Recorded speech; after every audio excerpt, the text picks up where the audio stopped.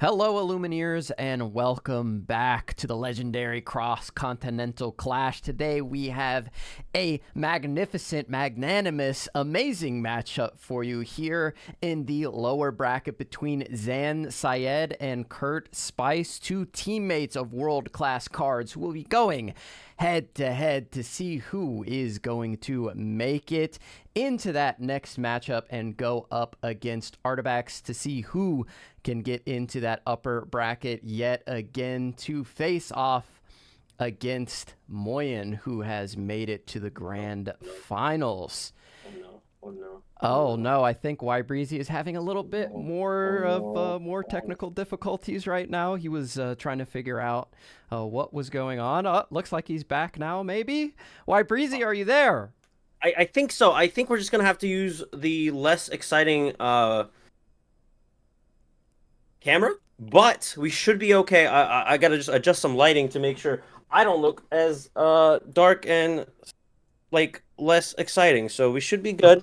We just gotta have to adjust, adapt, and conquer. So we should be good. I look a little bit more pale now, but we just gotta adapt and continue the show because show must go on. I agree with you there, sir. How are you today other than the technical difficulties? Are you excited for this match? Last second quarterback scramble around, but I am very, very excited to see what happens. These two players have been dominant throughout this experience. I know post Iron Band, they kind of adapted, changed around. So I'm really excited to see what this matchup is. Kurt Spice did get a little, he did conquer this similar beast in the prior round, so we'll see if he can do it again, or will Zan be able to take that W and move on, because these are all teammates too, which is very, very exciting to see. It's like there's a lot of teammates kind of camaraderie going on there, so I'm really excited to see what happens between the two players from the same exact team.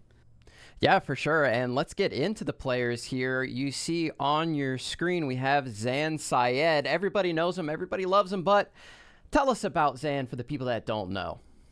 I mean, he's done it all. You've seen the golden Mickeys around. He won the DLC. He did it all. And he's been on an absolute tear this entire LC3 experience. The tournament has been fantastic for him as he crushes the competition here. Yeah, absolutely. And he has switched up his deck a bit here. He did. After the midway point where we got into the quote-unquote top cut here, why don't you walk us through Zan's new color combination and what we've got going on here? No longer on Sapphire Steel, but still playing Sapphire. But he is bringing that Sapphire Ruby Shark. The Maui Half Shark has been wrecking havoc even post-ban, and he's going to continue that trend here as well. As we see, we got 6 items, all 1 drops with the popsicle and vital sphere for our the 4 copies of Tamato Happy as a claim here. We saw Ed kind of run a blurpleless with only 4 and get a high roll, so he's going to be able to do that with 6 items to kind of get that card draw with the popsicles and get more items on the board. Other than that, he's running the classics. You got the iconic Tipo Growing Sun. You got the bell for the items as well. You got the 4-drop Grandma Tala, keeper of ancient stories. He's kind of doing it all here. He got the Maui hero to all. He got the half shark, the kind of the star, the MVP of this deck, kind of get those 15 actions he's running to kind of get advantages, and 11 songs as well, which is a lot of actions that will help Maui Shark do its thing. We got Developer Brain, Sail, and Vision of the Future to kind of filter through the deck alongside our draws, and have options to answer Kurt's board here. And we got our wonderful songs. You know them, you love them. You got the How Far I'll Go, a Pirate's Life, and a B Prep. They're all there for different reasons. How Far I'll Go, ramp, get a card to your hand. A Pirate's Life to kind of stop Kurt from getting too ahead of us, stop, and that Maui Shark to bounce it around to kind of burn our opponent to 20. And then we got the B Prep 4 of, which is very interesting change. I know the DKP is he's running that many as well, so I'm really excited to see that as well. The classic Ruby Sapphire is not like this. This is the Maui Shark variant where we have those actions to get us to that 20 lore count with our burns, with Pirate's Life and stuff like that. And we got our 4 locations to have our, what I like to call B-Prep insurance, which is the McDuck Manors themselves. Your characters might burn down, but you will put a residency right next to it and just gain that lore and collect rent. So I'm really excited to see what Zan can do with this pile here. But we've seen Kurt bring that spice that he likes to bring and kind of beat a similar deck that DKP brought as well. Yeah, for sure. I mean, they call him Kurt Spice for a reason. One of the DMV's best. Kurt Spice, top 16 North American Championship. And, of course, we will see him at Worlds as soon as that happens. Cannot wait to see both of these players there and root them both on. Worlds. Yep, he was top 4 in the only Disney Lorcana challenge that he attended. And he was top 8 at the SSG 10K. Taking a look at Kurt's deck, he did have to go up against a very familiar foe, another one of his teammates also playing the Ruby Sapphire Maui Shark and McDuck Manor deck. Kurt Spice here running something that is absolutely teched out for that version of the deck. You've got things like Daisy Duck, which can try and go under the Ruby Sapphire strategy. Of course, they have a ton of non-character cards in there, which makes Daisy even better, putting those valuable Be Prepareds, Pirate's Lives, McDuck Manors at the bottom of the deck. But one of the most important cards that Kurt has put into this deck is that Queen shift line. The Queen is very, very important because she gives other characters bonus strength when she quests, up to 4 bonus strength, which helps get rid of those manners when you need to challenge them. An absolutely crucial choice and a great pick for this side of the bracket. He's also running that Ariel Sonic Warrior, which whenever you sing a song, you can do bonus damage. You can use that to fuel your Rapunzel by dealing damage to your own characters or dealing damage to your opponent. Of course, we see 3 of the world's greatest criminal mind custom made for that Maui Shark. And we also have Along Came Zeus, which is just, again, another great card to take advantage of those Maui Sharks and those Tamatoas in this matchup. And finally, we have to talk about A Whole New World, the card that this deck is completely built around. We saw him use it to great effect against DKP. I mean, the way that these Whole New Worlds were just getting rid of everything DKP wanted was just amazing to see. So we'll see if Kurt is able to get those Whole New Worlds off as effectively in this matchup as he did in the last one. But, I mean, Zan is running a little bit different a version of the deck, so we'll see if Zan's options are able to fare better. But, of course, we have to talk about the Pete as well. One of the most powerful cards in Disney Lorcana, especially against this strategy when you have cards in your deck that you need to play to look for more answers, and they're all actions. I need to vision, can't do it. I need to how far I'll go, can't do it. Develop my brain, I can't do it. And you definitely cannot be prepared. So without Sisu, it's going to be tough to clear the board on the side of Kurt when you're going against this Ruby Sapphire strategy. So it's a really cool matchup. I think it has slightly swung in the favor of the Amber Steel deck, but it'll be interesting to see with Zan on the bells, the Vitalispheres. Is that going to make the difference in this matchup? What do you think of the specific tech cards that these decks have built for not necessarily one another, but definitely a wide variety of decks and definitely work into one another? It's a very interesting matchup here because I know they're both kind of prepped to see each other in this matchup. We, like you said, World's Greatest Criminal Mind prepared specifically and bow tied into that half shark, making sure that it never gets to see a light of day. I'm really excited to see what happens with it because Kurt Spice was able to find success. And I know we discussed this on the ICL post show not too long ago where we were essentially seeing if that Amber Steel to Ruby Sapphire matchup has changed. And you're right. I think the Amber Steel fans are seeing another light of day. They saw the Ruby Sapphire matchup for so many months, seeing it, we're just gonna lose that game and move on with our lives. But now with the less Sisus and stuff like that, Ember Steel has a light of day, and these preparations that Kurt did, I'm a huge fan of just adding more cards like World's Greatest Criminal Mind, finding those very threatening answers to biggest threats that Zan has here.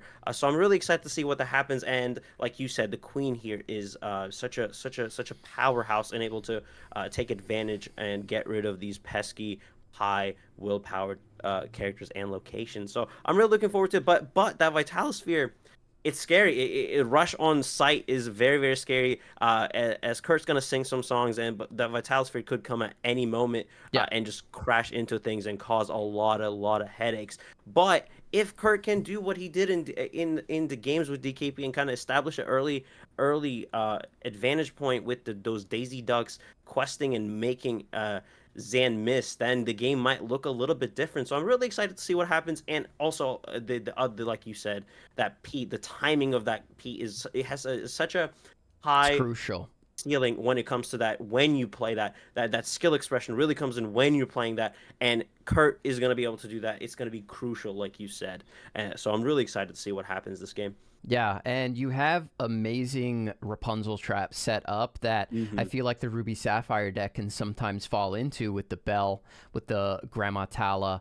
Those cards are going to be dealing 3 damage into your 4 willpower characters, such as Daisy Duck, Ursula Vanessa, as well as Lawrence. So you have the opportunity to take advantage of the Rapunzel. The amount of foresight you have to have when you're playing either this Amber Steel deck into Ruby Sapphire or Ruby Sapphire into Amber Steel is immense. We saw the DKP match and the Kurt match, how far ahead both of those players were thinking, and you have to in these matchups. You have to think, okay, he's got the Vitalosphere in there. Does he have enough ink to, for example, Vitalosphere Maui Half Shark and use the Vitalosphere in this turn? Am I safe to quest, or is he going to get that Pirate's Life back? Is he going to get that Be Prepared back? Those are things you have to think about all the time. And for Zan, you have to also consider these potential Rapunzel traps at all points throughout the game. It's really, really, really something that is an intense brain drain, if you will. You have to be thinking about these things all the time. And another wrinkle in that is the Aerial Sonic Warrior that used to be the Cinderella Stout-Hearted, but in the current meta, Kurt has found that Aerial Sonic Warrior is in a great position. You have to think about, does he have the shift? Is that going to punish me? Is he going to get the extra 2 damage? Is he going to get the extra additional lore? You don't really have to think about that when you're Kurt, because Zan is not running anything that shifts. These Ruby Sapphire decks used to run the Sisus, but now that's no longer really a threat. You have the 1, 2, 3, 4, 5, 6 different characters here, all 4 ofs, of course, but there's only 6, and you know them all. Kurt has a lot more 2 ofs and 3 ofs, things like that. They're going to have to be at the back of the mind of Zan at all times. Yeah, definitely. Those cards are going to come in super handy. I mean, I'm really excited to see what happens. I as a big Amber Steel enjoyer, I'm really excited to see the next chapter in Amber Steel into this matchup, where a lot of times we just considered, we'll see you in the next round, and it should be very, very interesting to see those crucial decisions. It's a very fascinating matchup, like you said. There's so many interactions that could come up that you have to think about, that you have to be able to just hope that it works out for you, because if not, both of these decks could absolutely set up those advantageous swings that won't be able to easy to come back from. Yeah, 100%. And I think the players are ready. I think so. Are you ready, my friend? I'm always ready for some Lorcana. I'm absolutely pumped, and this is something that we've seen here recently, is the 2 world-class cards playmats going up against one another. Of course, like we mentioned, these players are teammates. We're going to go ahead and pull up the match for you right now, as Zan is taking a look at his hand, and Kurt is drawing 7. Here we go into the lower bracket. This is gonna, whoever wins this is moving on. Whoever loses is knocked out and can no longer become the champion of the second LCCC. So taking a look at Kurt's hand here, you have the Daisy, you've got That's amazing. You have Queen. You don't have the shift line there, but it's a solid start, most definitely. Probably want to get rid of a couple of those uninkables in your hand for sure. On the Yeah, side absolutely. of Zan, you have the turn 2 ramp, which you love to see. Looks like he's Everything just else is gonna gone. keep that, and we're Yeah. gonna ship 6 here. So Zan altering first. Gotta think that he is going first here, as Kurt is gonna take a second to alter as well.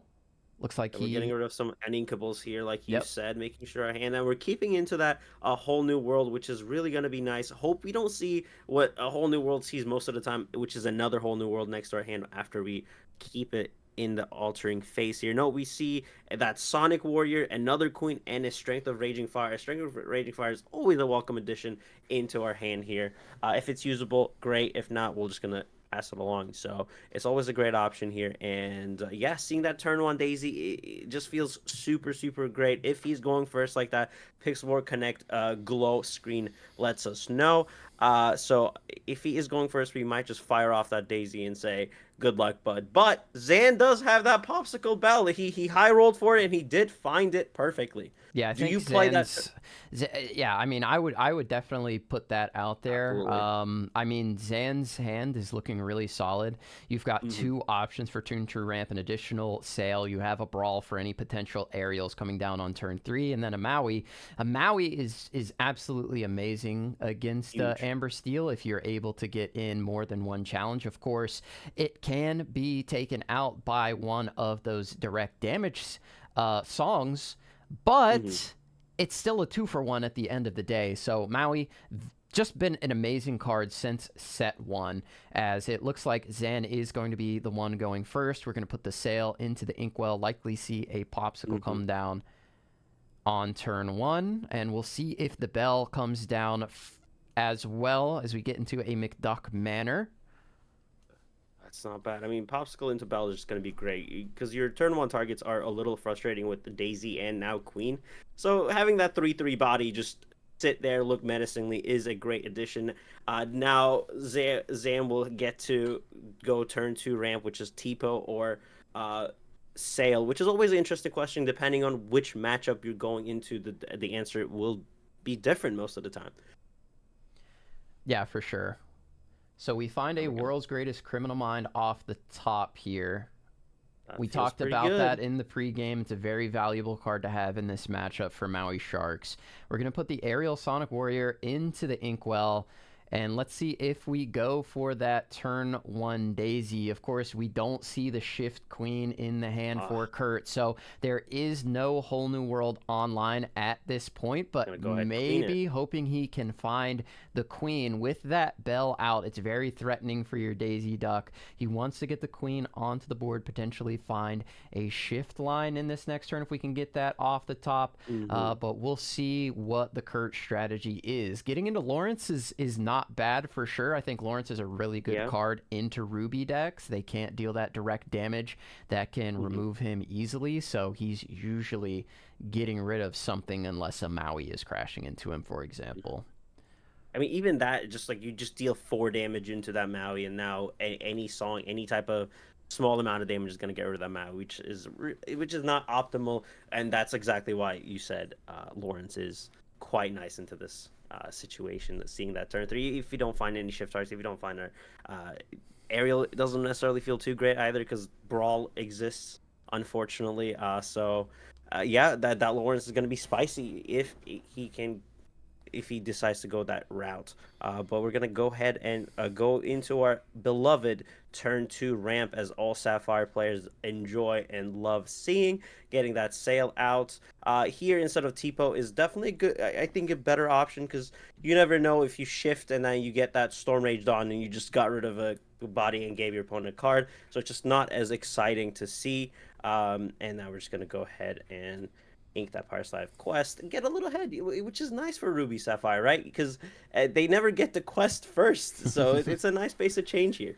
Yeah, the Bell already paying off, and I really do like the Bell inclusion. I think Bell is good Mm-hmm. enough to just put into your deck, Yeah. even if there's only the 4 popsicles in there. It just provides a great option for you Mm-hmm. early on, and also provides a singer, especially for decks like Blurple, which can sing friends on the other side on turn 2, Absolutely. which is nasty. We get into the Ursula Vanessa here, so we have a couple decisions. Unfortunately, we didn't find the queen, but the queen, if exerted, is removed by the bell. The bell is just that threatening right now. So we have a couple of options here. We could go double 1-drop. We could put the Ursula Vanessa down. That gets your singer online, so you can start singing things like Strength of a Raging Fire. She cannot sing A Whole New World. And we're just gonna go ahead and ink as Criminal Mind, which I'm not. I mean, again, they're obviously best players, but that card you might want to keep into your grip, just in case you see those half sharks. But I'm assuming Kurt is here, just saying I'm gonna Whole New World it away and find it regardless, so it'll be okay when those big headaches come to my future. Yeah, we're a little bit away from the Maui Half Shark being a threat. Let's ink the card that we don't necessarily need, and like you said, potentially use A Whole New World to remove it. So we've got our queen set up, threatening a shift line. We've got the Ursula Vanessa, which can sing things like Along Came Zeus. And Zan says, Ooh, you don't got it. Deal with it. Deal with it. You don't have the shift line. Here's a McDuck Manor on turn 4, a tempo McDuck Manor, and I think this is a great play on the side of Zan. This is a card that is extremely difficult for the Amber Steel deck to deal with, especially if they get off to a slow start. We mentioned in the pregame, you need that queen shift line to have any chance to remove these cleanly as we get into another character that which only has 1 strength. A Lawrence here would go a long way, but you need a little bit more. You don't have the Along Came Zeus, which can target locations. Strength of a Raging Fire cannot. So this McDuck Manor, I think, might stick around for a while, and the value that Zan is going to get from Maui to protect that manor is going to be crazy. We're protecting our manor with all costs, because next turn, like you said, the Dwayne The Rock Johnson is entering the field, and even if you like swing your Lawrence, you know it's gone the next turn because there's a big rock coming your way in the shape of Maui. So it's just it's not what you want to see at turn 4 manor if you are an Amber Steel player in this situation, because 2-2 1-4 and now a 4-4 is great, but it's still not enough, man. It's just not there.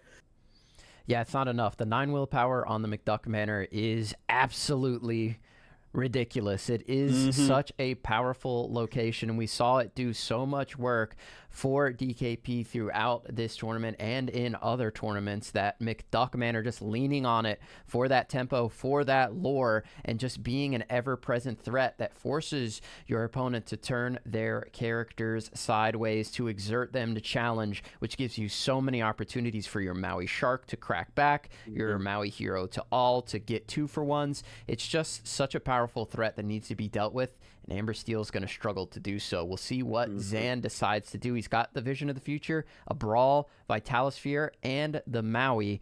I mean, a tempo Maui might not be the worst thing in the world, honestly, but feels pretty good. Maybe you just get rid of the queen with a Brawl. That way, you know the shift line's not coming down, and this McDuck Manor remains even safer onto the board. Zan's got a couple options here. Could also just take a look into the future, see what he finds, and then go for the Brawl afterward. Yeah, I mean, he's in a great situation here. You know, he's kind of putting the tempo on the game here. Usually not something that, like, you know, we're super used to seeing Ruby Sapphire do. So now he has a lot of options here. Yeah, you can. He's gonna just see the future, kind of prepare himself for late game, which is where he's gonna feel better regardless. And now we're gonna see what he has here. I saw a Popsicle there. I saw Develop and ooh, is that a Happy Crab? He's kind of put in a little hideaway corner there. It's making it a little difficult to see which cards are in the future, and we can't see the other two. So he's gonna make that decision, see what he has, and I think that's a fair play, right? Like, you're in a situation where you kind of want to invest into your future. The manor isn't gonna go anywhere, so you should be not too in trouble. Yeah, for sure. I think taking a look into the future is a great play. Now you have the option to do a few other things. Like you said, we can't see what those other cards are, but even if you don't want to do any of that, you still have the Brawl available to you, or you can Yeah. get the Vitalosphere onto the board and just have that ready to go for any, break in case of emergency type deals. Right. Yeah, absolutely. And all, getting prepared for that dreadful rush into a half shark as well. Just setting that up, knowing your opponent just doesn't have a item removal, having that ready to kind of put extra pressure, kind of cause more havoc. Now is the tough decision here. There's this is where Sand is very very. This is where that extra skill, comes from. He's coming. He thinks about all the line possibilities with every single card. There's those thought processes, making sure he gets the best of the best option at all times, and that's those are the skills that in my head that makes those DLC winners be the DLC winners. As we get into that big happy crab, never a bad choice. Never once bad choice. Yeah, for sure. I mean, you already have the Popsicle in the discard pile and you have the Vitalosphere. So at minimum, that's going to get you 2 cards back with the Popsicle and the card that the Popsicle draws. So definitely a good choice to have in the hand. I mean, the rest of the hand from what we saw, not necessarily what you need at this point. Just take the 2 Quester. That'll get you your Popsicle back as well as a free card. I'm just going to ink the Vitalosphere, which is A-okay. I mean, even getting 1 Popsicle is a good choice here. And we're going to go ahead and brawl, like you said, the Queen, just in case to avoid the shark line. But we'll see. Goes for the Vanessa. Vanessa, which is okay, which is a Singer problem. It's still a good choice here. Make the Zeus or the Queen was essentially the choice there, and he's like, nah, Zeus is more of a headache than the Queen. Yeah, for sure. Now we're gonna go ahead. This is getting to a point where, and we do find the shift line, which is good. It's great. Now you establish a 5 Singer if it sees a light of day without that Maui. You got some decisions that you can be making here, but we'll see what he does. We're gonna ink that Queen. Go ahead and there's some things we could do here too, but we gotta get rid of that mana. That mana is gonna collect so much lore if we don't make his stop early. Yeah, so we do shift the Queen. We get the Daisy Duck onto the board. Let's use Strength of a Raging Fire with our Lawrence. We'll see if we challenge here. The Maui crackback is something that Kurt definitely has to think about. It's going to get rid of your Queen, which is absolutely brutal. Maybe you keep the Queen right now, save it for next turn. That way, when you are able to quest with it, you can challenge with the Lawrence and challenge with the Daisy, and that will cleanly remove the McDuck Manor. You know that Zan is only sitting on 2 cards in hand right now. If you sing a whole new world, that's going to fill him up, and you have no opportunity to do your actions first. So I think if you're Kurt, right now you don't want this Queen off the board, and if he has Maui, it's so bad for you. But, I mean, the Maui does remove the Lawrence. The Daisy can go back into it and potentially keep your Queen up. But the Queen is way more valuable than the Lawrence right now. Absolutely. Just saying, okay, if you do have the Maui, no, we're just going to go ahead and sing a whole new world, getting rid of a Maui and a crab.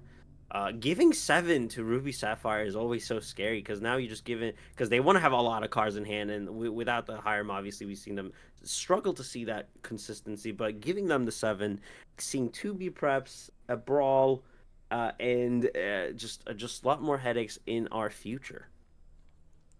Yeah, for sure. It definitely hurts to play out that whole new world without the ability to sing a bunch of songs, and he doesn't even find another 1-drop to use that final ink to the best of his ability. But he does get rid of a Maui Hero to All. We can't see the rest of Zan's hand there. Maybe he'll be able to move that up for us, but if there's no other Maui hero to all, then at the end of the day, maybe it wasn't the worst whole new world in the world, and there isn't one, There which is isn't really one, really yeah. interesting. We're going into 6 ink here, so you can put the Maui half shark down. You can play the Tamatoa. You can put another McDuck Manor into play, but that Hmm. I don't think that That won't feel that necessarily great. is the greatest thing to do right at this moment. So honestly, Hmm. the whole new world got pretty lucky there because the Maui hero to Hmm. all is like the most devastating thing that Zan can do on this turn. And he inked that Vitalisphere, so that is also Hmm. something to keep in mind. He can't use it on something like a Bell to Hmm. get rid of your queen or a Tipo, for example. Yeah, definitely. And kind of Kurt got into an advantage point where, yeah, there's a half shark that you could play, but he has two Strength of Raging Fires with a lot of small characters that can just kind of get on board, get rid of it. You can just Smeet, Pete, and Sing, so making sure you don't get B prepped, you don't get anything out of the way, and that half shark just disappears. So it kind of puts Zane in a situation where, like, a lot of the ways out, Kurt could answer and will answer. We're just gonna go ahead and crab it away, which could get absolutely demolished here. Or, but we're gonna get the popsicle, get it, just draw, dig a little deeper into our deck here, which is fine. But Kurt is gonna be able to answer. I feel like coming this turn. Yeah, I mean, that for Kurt, you have to be smiling if all you see Hmm. is a Tamatoa happy as a clam on the side of Zan Syed, because like we said, that Maui hero to all would have been absolutely devastating. And now look at your side of the board. You've got your Daisy, you've got your Lawrence, you've got your Queen. They're all still up. You have Hmm. two amazing singers. You can Oh. challenge into the McDuck. You find yourself another queen. You can potentially establish even more threats on this turn, but you have to keep in mind Zan is going to go to 7 next turn. His lore right Hmm. now says, or sorry, his ink does say 6, so we are good there. Kurt knows that he is going into that turn 7. Don't want to necessarily overextend into a be prepared. So I think getting rid of that McDuck Manor, knowing that Zan inked one already, that's one of the more troublesome cards Hmm. for you in this Amber Steel versus Ruby Sapphire matchup. I think you're in a Yeah, really good spot. yeah, yeah. You said it fantastically. He's in a position where he is going to be able to answer a lot of things. The B prep, we have the answer when the referee. We could just say not next turn. Keep it moving, Mm-hmm. keep it rolling, get rid of the crab. Just anything you want, you could do in Kurt's position here, which is exactly where he wants to be. Kind of take away what Zan can do and when he can do it. Yeah, I mean, right now, you know that the Maui didn't come down, and if he Hmm. had that, he probably would have played it. So if you Pete Smee here, you can sing Strength of a Raging Fire. Quest here and a Pirate's whiff, Life goes to baby. the Daisy. bottom. You See can you later. sing One Pirate's Life. Strength of a Raging Fire if you Pete and Smee on this turn, which will remove the 4/5 Tamatoa. I think that's And then exactly what's happening you here. can challenge with Lawrence or challenge with Queen. They both do 4 into the McDuck Manor. You could have challenged with the Daisy and the Lawrence. But getting that two doesn't feel too terrible here, knowing that the Daisy's gonna get to see another day regardless. Yeah, So yeah, I think regardless of the decision here, the one would have been nice. I do agree with you, but at that point, it's just like he does get a little bit of a flexibility here, and now you establish the position where oh no, I believe he just quested it. yeah, he did quest there Oh. because, I mean, next turn you're going to be able to remove it regardless. If that's something you want to do, Kurt may not be Hmm. valuing the threat that the McDuck Manor is putting out right now, or I guess respecting it at this point. I Hmm. think it's maybe something you want to remove eventually, but right now you know that you are pretty safe to quest because you played down the Pete and you're not going to get hit with a be prepared. Next turn, probably Hmm. smart to get rid of it if you don't find another Pete off the top, but get yourself two lore here alongside the Daisy getting two lore feels pretty good. You know, you do have to Hmm. win the game at the Yeah. end of the day, and you need lore to do that. So find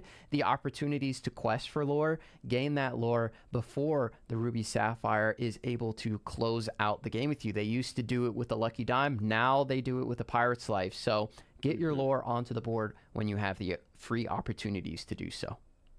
Yeah, absolutely. And we're just gonna go ahead and Grandma Tala here go through a little bit. We popsicled. We're just trying to find things that can keep the gas in the tank as much as possible. We ran into a crab and a develop your brain. We're just gonna obviously take the crab here to try to get bodies on the board after we most likely remove everything out with the B prep here, and then we're just gonna go ahead and pop the bell, give our Tomato an extra card draw alongside with enter the board, and we're just gonna move it because why not? You know, put the ladies in the manor, have them a little fun as we have the extra ink to do so. Yeah, Zan treating the ladies very nice. What a gentleman, taking them on a trip to the very luxurious McDuck Manor as we do pass it on over to Kurt, who seemingly has a ton of different options here. Needs to keep in mind, as always, the be prepared. But I think removing the manor is very important on this turn if a be prepared should come down on the next turn. So we don't get into a Pete. So now if you're Kurt, you really can't use your ink to the best that you'd like to here, because you have to respect the be prepared, or maybe you just say, hey, it's not real, and I'll just... It's always real, though. You know this. You play with that card, so it's always real, and the moment your opponent says they don't got it, it just either magically appears or they just have it all along, and they just get so excited to use it. So it's one of those hard decisions where you have to make, do we just get rid of the mana and call it a day, or don't do anything and pretend like B prep isn't real? It's a tough situation because after B prep, that mana is going to get a lot more difficult to get rid of. I know we have another queen, but that takes another turn to set up. That's another situation we got to get into to get rid of that mana. And Zane's already at 7. Like, things are kind of moving to a point where he's going to be able to kind of just get mana in, put that investment in early, and he's benefiting ever since, and close the game out later, the B prep world. Yeah, I mean, with two characters that can challenge pretty well into Kurt's board, maybe you do need to establish another threat to force him to be prepared. I don't know necessarily if the value is there for that type of play, but let's think about what is the most efficient way to remove this manner. You quest with the queen, gains you 2 lore, you get +4 strength onto the Daisy Duck, you challenge with the Lawrence and the Daisy, and then you can quest for 3 with your Smee and your Pluto. I think that's probably the most efficient way, and you're able to get yourself a decent amount of lore while you're at it. You get 5 lore, you challenge into it. Unfortunately, you can't quest with the Daisy and the Lawrence, or, I mean, you could always say, B prep's not real and I'll just quest with everything, but I really do think the manor needs to go. Gotta be cautious here. It looks like we're gonna go for a quest. We put a Sail the Azurite Sea to the bottom, and Daisy's 2 for 2. Kurt is really thinking over what is the best play here, considering a strength of a Raging Fire. That's gonna make the be prepared even juicier if you're Zan. But we're gonna hard cast it. We're gonna pay the cost with the ink, and the Grandma Tala goes. It's a really tough situation in Kurt's position here. Like, we got to make that math of, okay, we should probably get the manor like you said, but at that point we have to respect. At that point we are respecting the B prep, and like that's a sticky situation. But he is questing with the queen as well, giving the strength there. Just going 7 deep. And then we're going to get rid of it with the Smee most likely here. I mean, it doesn't matter at that point. They're just both the same. It's just 4-4 or 3-3. And most of the time you want to just... It won't matter regardless. We're going to go ahead and quest. Yeah, Kurt offers the quest here. He leaves the McDuck Manor up, which is going to be insane value on this be prepared. But you also have to think, if you're Kurt, he's on 8 ink here going into this turn. If he plays be prepared, that's his entire turn. We gave him 2 extra lore, but next turn I can play some more threats onto the board. He doesn't have a ton of small threats that he can chain into. Unfortunately, he has a bunch of high costed characters in his hand for the most part, considering how much ink he has, which is 5. So if he plays any of his characters, that's going to be half of his ink or more. Yeah. So Zan here looks like he's probably just going to quest and rip a be prepared. It's just too good at this point. Yeah, the value here is too good. That strength of a Raging Fire into the Tala made it even like I saw the B prep shine extra bright with the moment that came into play, because now it's just value city here. We're just removing the board, keeping our mana alive with 7 damage. It's still gonna get us that 2 lore next turn. Kind of gaining so much out of that one card alone. It's been kind of the story of the game for Zan here, keeping that mana up in the property line and keeping that value up. Yep, for sure. Zan thinking about his options here. I mean, I'm trying to make predictions, and it seems like every time I'm wrong. Like, I feel like a be prepared here is just the so play to go good. for, right? Yeah. Okay, all right. Yeah, I was absolutely. sitting here So, thinking, like, do you play Maui Shark? Like, what what could you possibly do that would be better than a be yeah. prepared that removes, I don't know how much lore was on the board there, 9 lore, which, you know, obviously would have been Ooh. game at that point. So we ink the Maui Shark, we put a Vital Sphere onto the board, and we pass it on over. We do have the big red button yet again if Kurt is able to flood the board in that be prepared as we find a Lawrence. So right now, Ooh. the most amount of characters that you can play onto the board this turn is 2. You can play the Lawrence, you can play the Gaston. Unfortunately, that would be all you could do. You could play a Queen down, got no songs to sing, so not that Feels useful. Could put bad. Rapunzel down, nothing to heal up and draw cards with. Feels pretty bad. Also removed by Brawl. So we could just see an ink here, Gaston into Lawrence. Both characters do survive a Brawl, and feels pretty good. And maybe Yeah. if you're Zan, another B prep is just good enough here. It could be. We keep the because you get to see another. You get the Manor sees another light of day. You kind of start putting pressure into getting game. Yeah, it's not bad. I mean, we see it. Wow, we just see another half shark here, and not a problem. And we did establish the vital sphere, so like if we do play into something like that, we can just rush anything we want and punish if Kurt turns anything sideways, and we're just gonna be prep and keep our rent up, keep our manor up.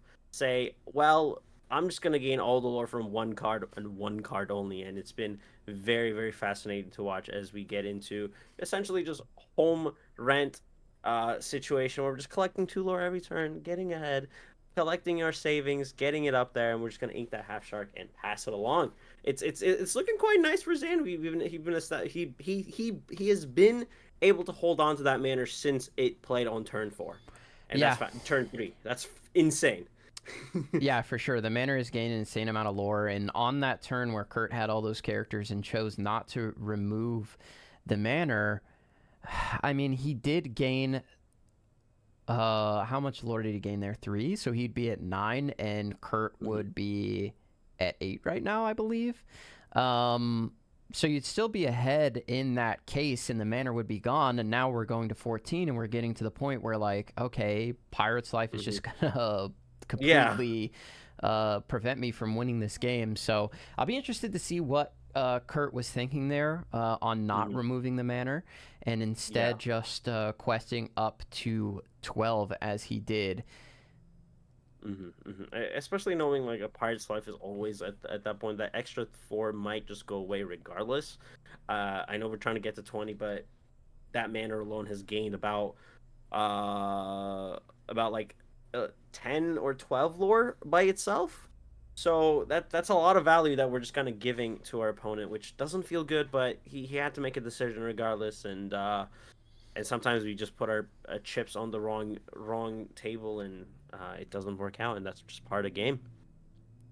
Yeah, right now the aerial Sonic Warrior is not doing a whole lot, especially with no songs in hand. We've got the Gaston, we've got the Queen, and not a lot of options to get our way out of the position that we find ourselves in, because Ruby Sapphire, not only can they gain lore, they can take lore away, and you're just not close enough to that 20 lore total to get you over the line. And if you don't remove this McDuck Manor again, it's just going to win the game eventually, you know what I mean? And it's gotten to the point where it's gained 12 lore this game. It's a lot. It's a lot. It's so, yeah, and it's one of those moments where you wish that Sonic Warrior could actually also damage location to maybe hope we see a song, but it doesn't, so it's just tough. We don't get the quest. We just have to kind of challenge it away if you want to, but there's threats like the threats that will just take this game away from us, like you said, the Pirate's Life and everything else in between. So it's a tough situation for Kurt to be in. Keeping that manor alive for so long has just been kind of paying off for Zan significantly here.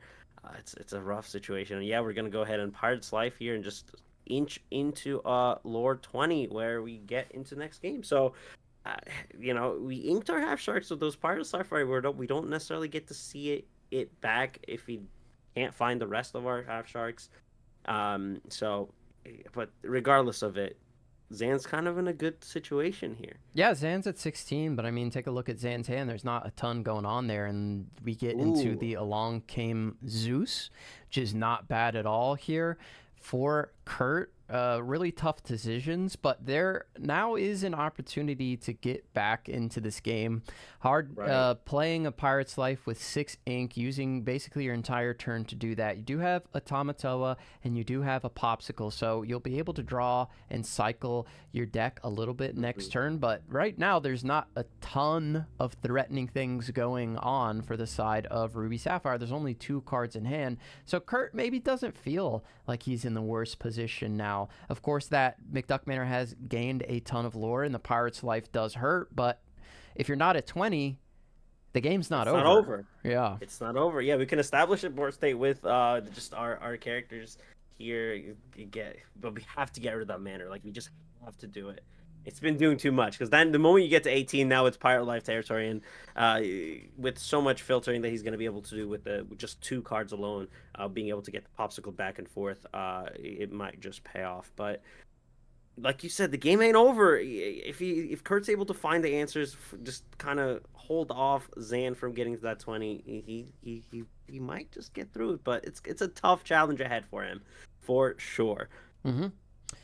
Yeah, most definitely. I mean, the options you have available here, I mean, you could Zeus the manor if you wanted to just play it out. You want to keep that song, though, right? Because we want to make sure Ariel does something. We just played a 3/8 no effect character. That doesn't feel too great. I mean, he's thinking about it. He has valued lore very, very highly this entire game. So, I mean, it might make sense in Kurt's mind to just play out this Along Came Zeus onto the manor. That way you get to quest with your Ariel. And then we're just going to take... Okay. The 3 on our... Is that a... Yeah, he paid the 2 to deal the damage directly to his Ariel. That way, on next turn, he can potentially play a Rapunzel. If you're Zan, you have to be thinking, okay, he definitely has Rapunzel in hand, so I have to do something about this, which could incentivize Zan to just go ahead and rip a B-Prep on an Ariel with absolutely no follow-up, which it looks like that's what we're going to do here. I think so. It's like, okay, you baited me into getting rid of a single, sure. But now we get Tipo, sure. It's definitely a scary situation. Zan had to respect that little gamesmanship that Kurt offered. He's like, well, I'm gonna put 3 on it, and if I have it, you're screwed because I'm drawing 3, baby. And Zan said no thanks. And did he top deck it? Oh, he did top deck it. He got it off the top. Zan, what is it with top decks every time we cast together? The Sailor Dime and now the Rapunzel off the top. I mean, it was a good play on the side of Kurt regardless to force the Be Prepared just because I had 3 damage on my Ariel. Now, maybe Zan plays the Be Prepared regardless, but you got to think the Tamatoa is probably going to come down. You just saw Kurt play an Along Came Zeus from his hand. So it looks like we're going to get the Queen onto the board and just pass it on over.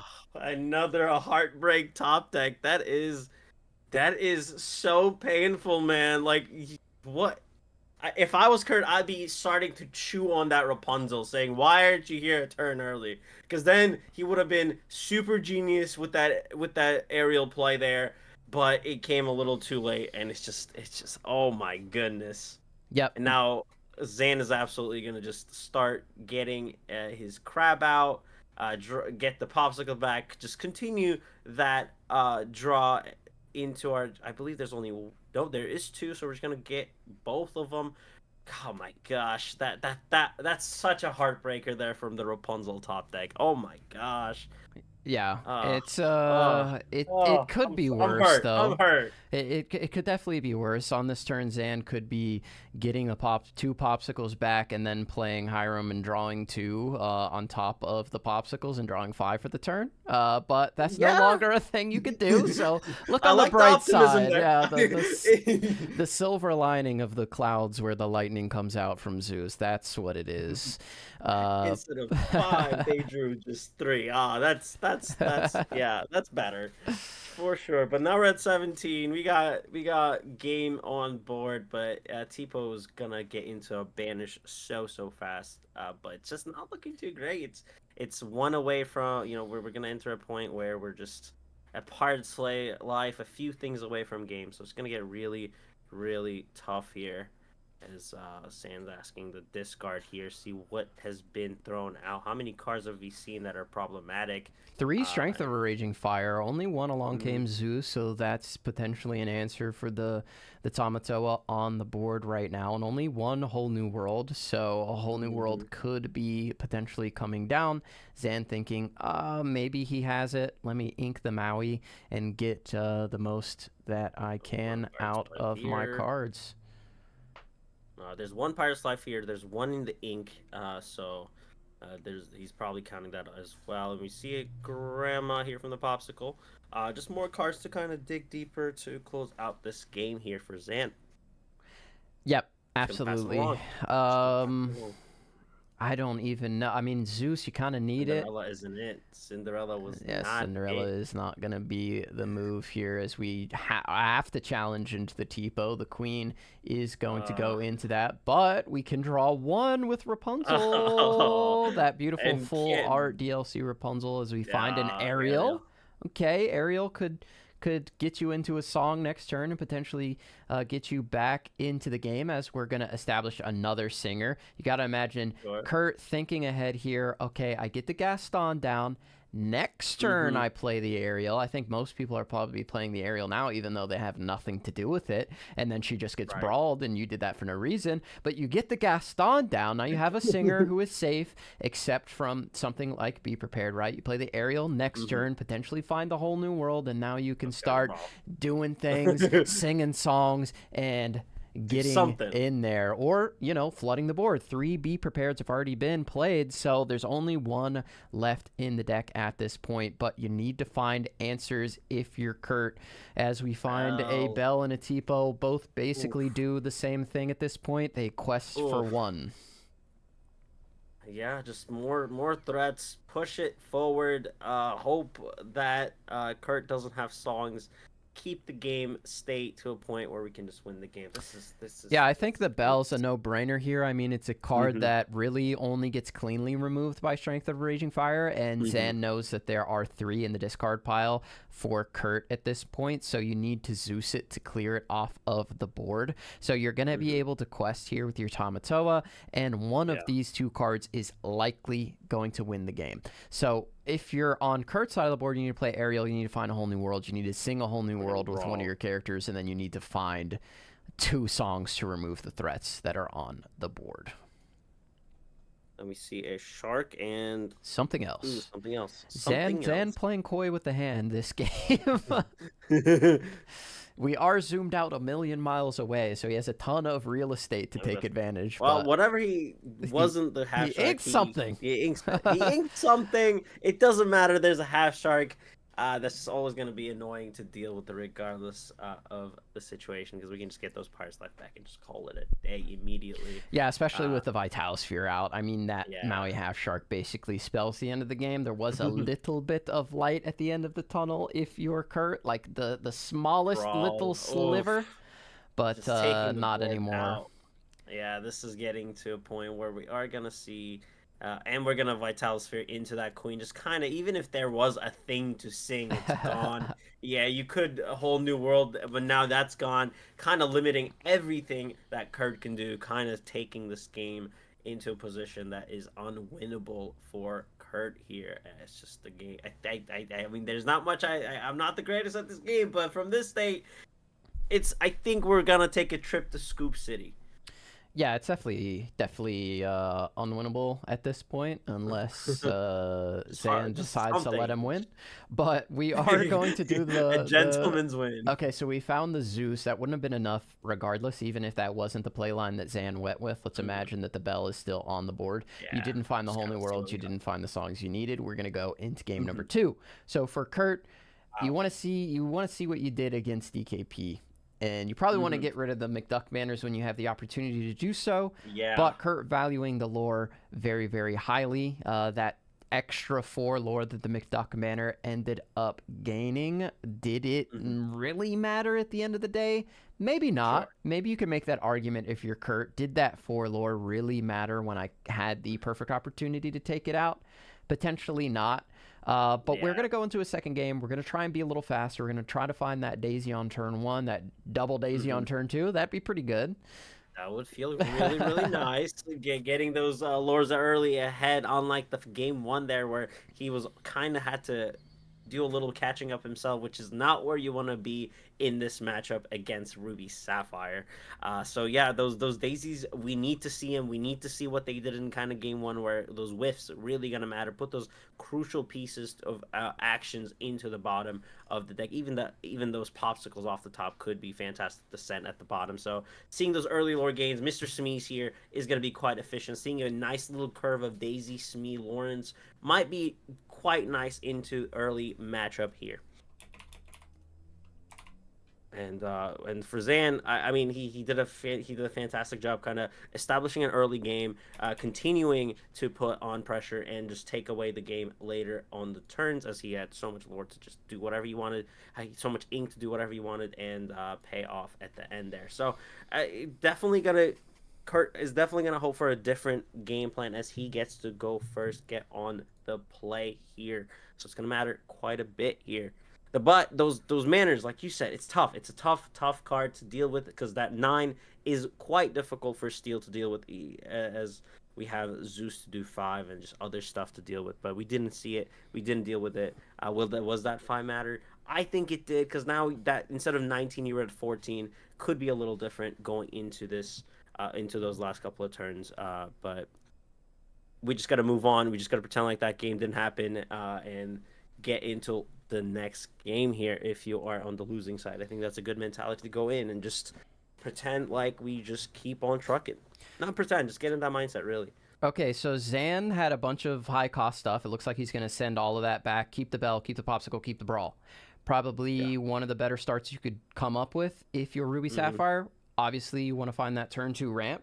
If you are Mm-hmm. Kurt, you have the Cinderella, you have the Daisy Duck, you have the opportunity to let the Storm Rage on, and you have Ariel, which can set up a whole new world. But you don't really need the Ariel. You can play the Mm-hmm. Gaston on 3. So, I mean, honestly, might be a keeper if you're Yeah. Kurt. I mean, the hand is really solid Super, super good. We on the got side of answers. Kurt. Yeah, Yeah. you can basically do your entire game plan without fear of Zan cracking back at you at least too hard, because you have the Mm-hmm. whole new world and you have the Gaston in the opening hand, which means you don't have to search for it. Gaston's not going to get brawled, and Ariel can honestly just be used as ink here if you'd like. Mm-hmm. Rapunzel can as well. Yeah. It'll be interesting to see what he decides to go with on turn 1, whether it's that Cinderella or that Daisy Duck. I think if you're on the play, you have to go with the Daisy Duck, get the Cinderella down Totally. on turn 2. Now, the threat of a bell is obviously annoying, but it doesn't remove the Daisy Duck, and you Mm-hmm. could potentially keep that 3 damage if Zan decides to challenge into her. Keep that 3 Yeah. damage on and keep that Rapunzel for potential draw power. But looks like we're just going to Gonna ink ink it. it. Like I Mm-hmm. mentioned, I think that and Ariel were probably the most obvious inks in the Yeah. hand. We're going to get the Daisy down. Because we have the whole new world, Rapunzel not too valuable, but was an option if that's what Kurt wanted to Mm-hmm. go for. Right, right. I mean, yeah, absolutely. You said it best right there. It's just yeah, we know we see the line in the whole new world line. Like most likely that Gaston, because that brawl is a very very annoying thing for Ariel. So yeah, I think those two are just gonna go ink, and then we're gonna be able to establish place where we Ooh, can. double be Ooh, prepared in the first ooh. few cards That's here, if you're Zen, is not what you want to see, especially if the whole new world is going to come around. That is your insurance against Amber Steel in the late game, is be prepared. We saw him use 3 of them last game, and they were so valuable. Oh man, you would love to have that Queen Shift line available to you, but that's all right. We're going to go ahead and get in for 2. Not really worried about the bell cracking back at this point. We're triggering Daisy. We'll see. If there's a whiff there, it would. I mean, at this point, maybe you want to put something into see it, hand. Right? You want to put whole new world is nice. Yeah, you want to put a Maui Half Shark or something. We didn't get the Daisy trigger yet, as Kurt goes in for an ink here. It might be a second, but the Daisy will need to trigger here. Yeah, you might be right there, because we see the whole new world. Did we miss it? Maybe we missed it. I don't know. I mean, the hands aren't moving, so it's hard to tell. But no, we are definitely going to trigger it and see what we get. It's a brawl. See ya, brawl. Goodbye. Bottom of the deck, please. Thank you. And Daisy just constantly getting into whiff territory. I believe that the Daisies have not given Zane a single card so far, which is in this situation not the worst, but in the other situations not so great. You know what? I mean, seeing that brawl go to the bottom, if you're Kurt, do you think about going aerial here, high rolling into a Strength of Raging Fire and removing the bell? Oh, I mean, you could high roll, but if you get punished, then it's gonna feel a little awkward. Yeah, I mean, you definitely set yourself up for the Gaston into whole new world play.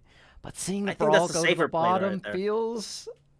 But you know they have another one. Like, we know it, but you know when you don't know it, you're gonna feel extra confident. But then when you get got with it, that just feels so bad. You're gonna kick yourself in the foot, saying, "Why did I just try to get an extra song?" While we could probably just find it straight up with a whole new world, regardless.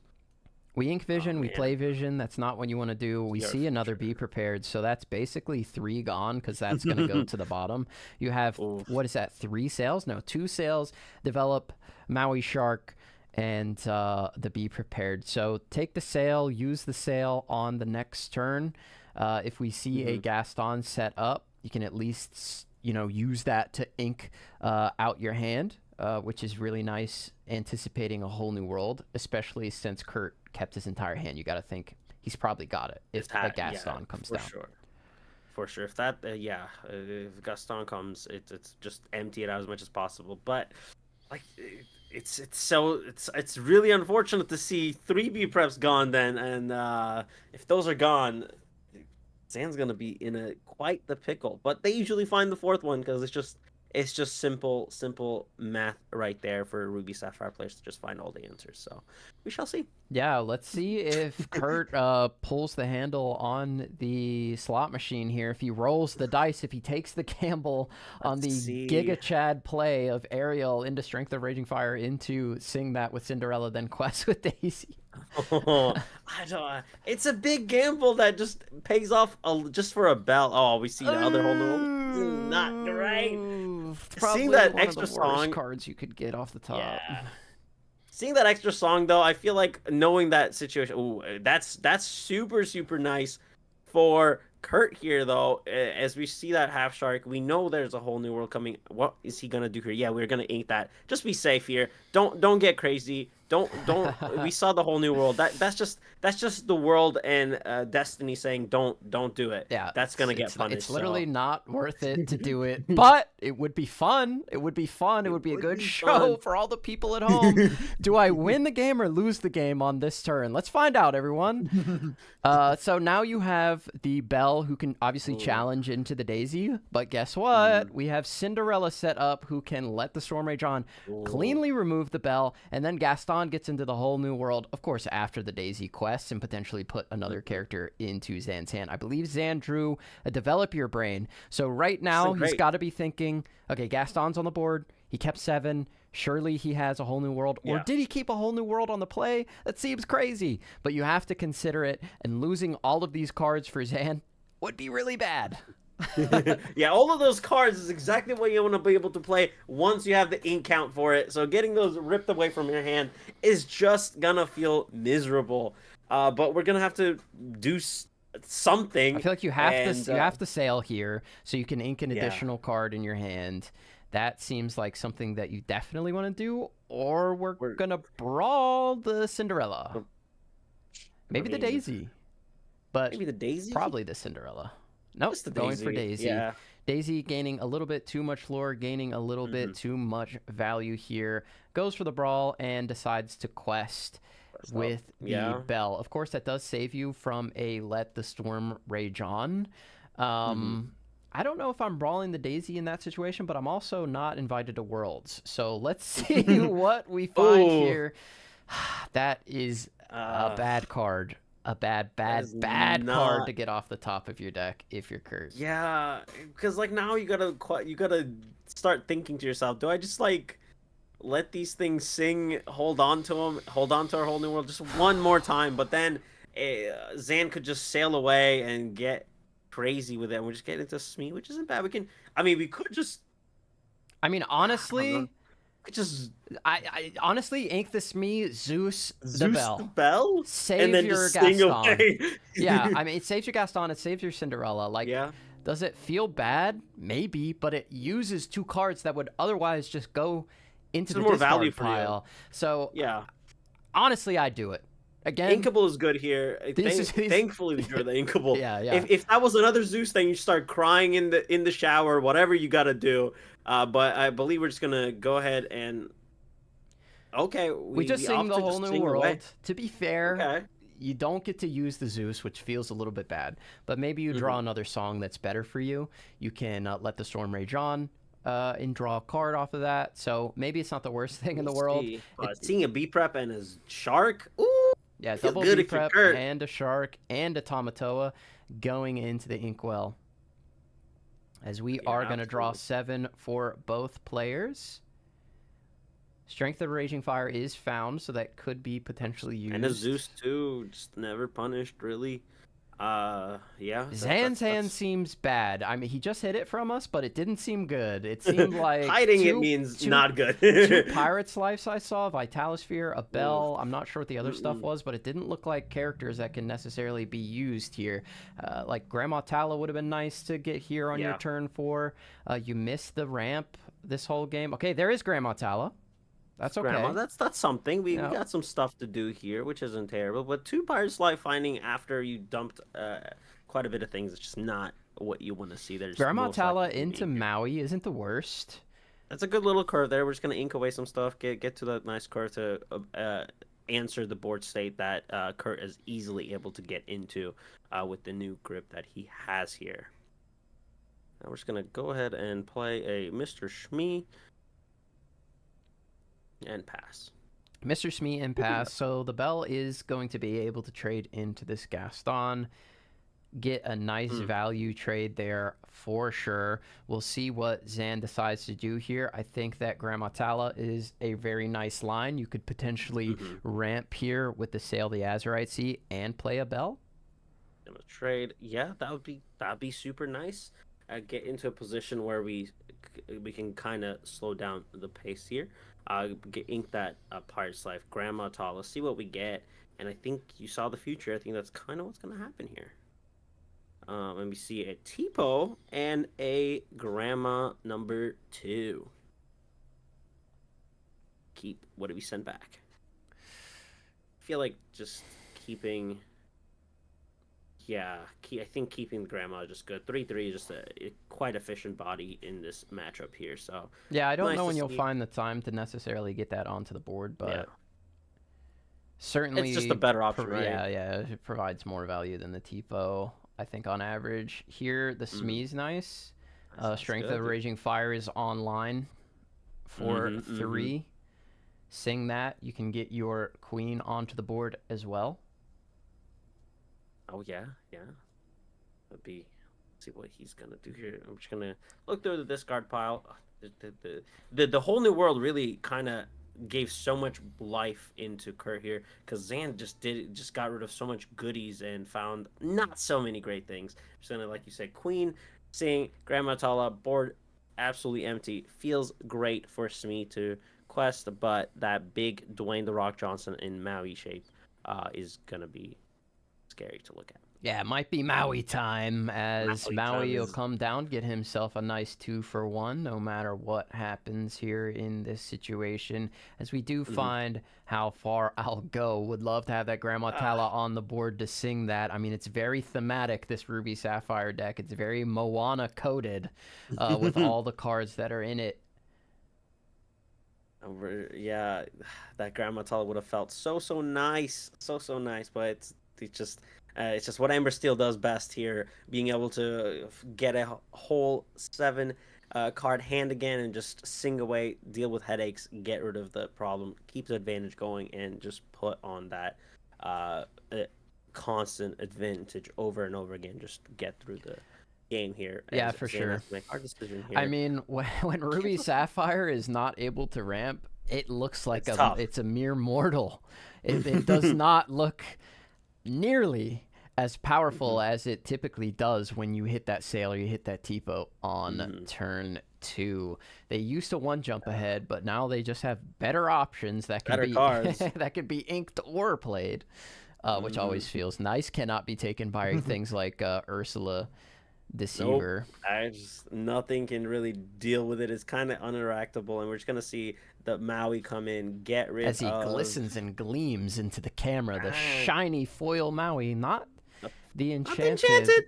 Not the enchanted, not the super blink. I don't think Zan is typically a player that goes for max rarity, unlike his teammate DKP. I know Kurt likes to go with one different of each if he can do it. So like if you take a look at his Rapunzels here, not to give out information to Zan, but he's his teammate, different. So he probably knows that. But he's got one full art Rapunzel. He's got one foil Rapunzel, one non-foil Rapunzel, and one Japanese Rapunzel. So each Rapunzel is different. In his deck, you'll see the same with the Cinderellas. One foil, one non-foil, one enchanted, and one Japanese as well. So that's what Kurt likes to do. One of each if he can do it. All different. That's so good. Some players like to go max rarity, but Kurtz is definitely an eclectic choice of cards. You just have to be sure not to, if they see your hand or they see the card, don't let them know that there are 2 in there by potentially showing them that in free information. That's the only thing you have to think about if you're doing that Kurt strategy, is we're going to just tempo Rapunzel here. Sure, get the draw card is still great, right? One card is better than 0. Yeah, I think it's pretty good. Get yourself a Cinderella onto the board as well, and you can Strength of Raging Fire this Maui if you want to. You can also World's Greatest Criminal Mind or Zeus it. So you got 3 options to get rid of it. Which option is better is the question that he has to answer here. They're all good. They're all great. Do you want to keep the Greatest Criminal Mind for potentially the Sharks, or just get rid of it? But Zeus does the same thing. I think you World's Greatest Criminal Mind it. Maybe. I mean, the Zeus just for the extra sauce. Zeus gets rid of Tamatoa. Yeah. Zeus also gets rid of the Maui Shark. Strength of a Raging Fire can have crazy value. I think maybe we're just gonna strength it. Yeah, to do the 4. Yeah, they're both essentially the same thing, but with the other 2, you get rid of the Shark guaranteed, the Crab with 1. And the other one also the Maui. So it's just that whatever at that point. 3 B preps gone, maybe you roll the dice there and say, get this World's Greatest Criminal Mind out of my hand, because the other 2 are a little bit more flexible. But I get the idea from Kurt there. Let's go with the safer option in the Strength of Raging Fire while I have 4 characters out here onto the board. I really want to know what the dice that he's been putting off is for. Because the dice in the top left are keeping track of the cards in hand. So that's 7 for... is that a 6? Yeah, that's a 6 and a 1, and then the gray dice is 2 for Kurt. Yeah. Gotcha, because for me, that looks like a 2, and I was like, why is there 3 with 2 dice on it? I was just like, I thought it was hand for a while, but then I was looking at 3, I was just like, what is happening? But Zan has to make some tough decisions here, as we are just going to keep finding through its sale... These are not the cards you want to see, but to be fair, Kurt sent a lot of the cards you do want to see either to the bottom of your deck or to the discard pile. To the discard pile, yeah. In this situation, the 7 the cards you discarded would have been fantastic to see after you got whole new worlded. But in this situation, you can't really control that, and now your hand is not as efficient into the later stages of this game here. Yeah. 2 Vital Spheres, tough. Tipo not the greatest at this situation. It's just yeah, it's not the most optimal. And as we kind of get Yeah, I was wondering if Zan was frozen there, but he was just very stoic, very thoughtful. thinking about the ink there as we decide to ink a pirate's life. And again, his options just are not great. You need to like find some threats. You need to find something to do. Like Zan's just kind of been like dirtling along and doing nothing, and that's no fault of his own. It's just the cards that have found their way into his hand just haven't been super useful. We're gonna like play Tipo on turn 7 or 6, right? It's so bad. Yeah, turn 6 Tipo is just not what you want to see. And turn now your hand 6 is like, Tipo into what? Double Vital Sphere? Like we're gonna use Vital Sphere, or we're gonna use Vital Sphere to use Tipo to challenge. oh, that's gonna feel not good. Like it's just. I mean, it's okay.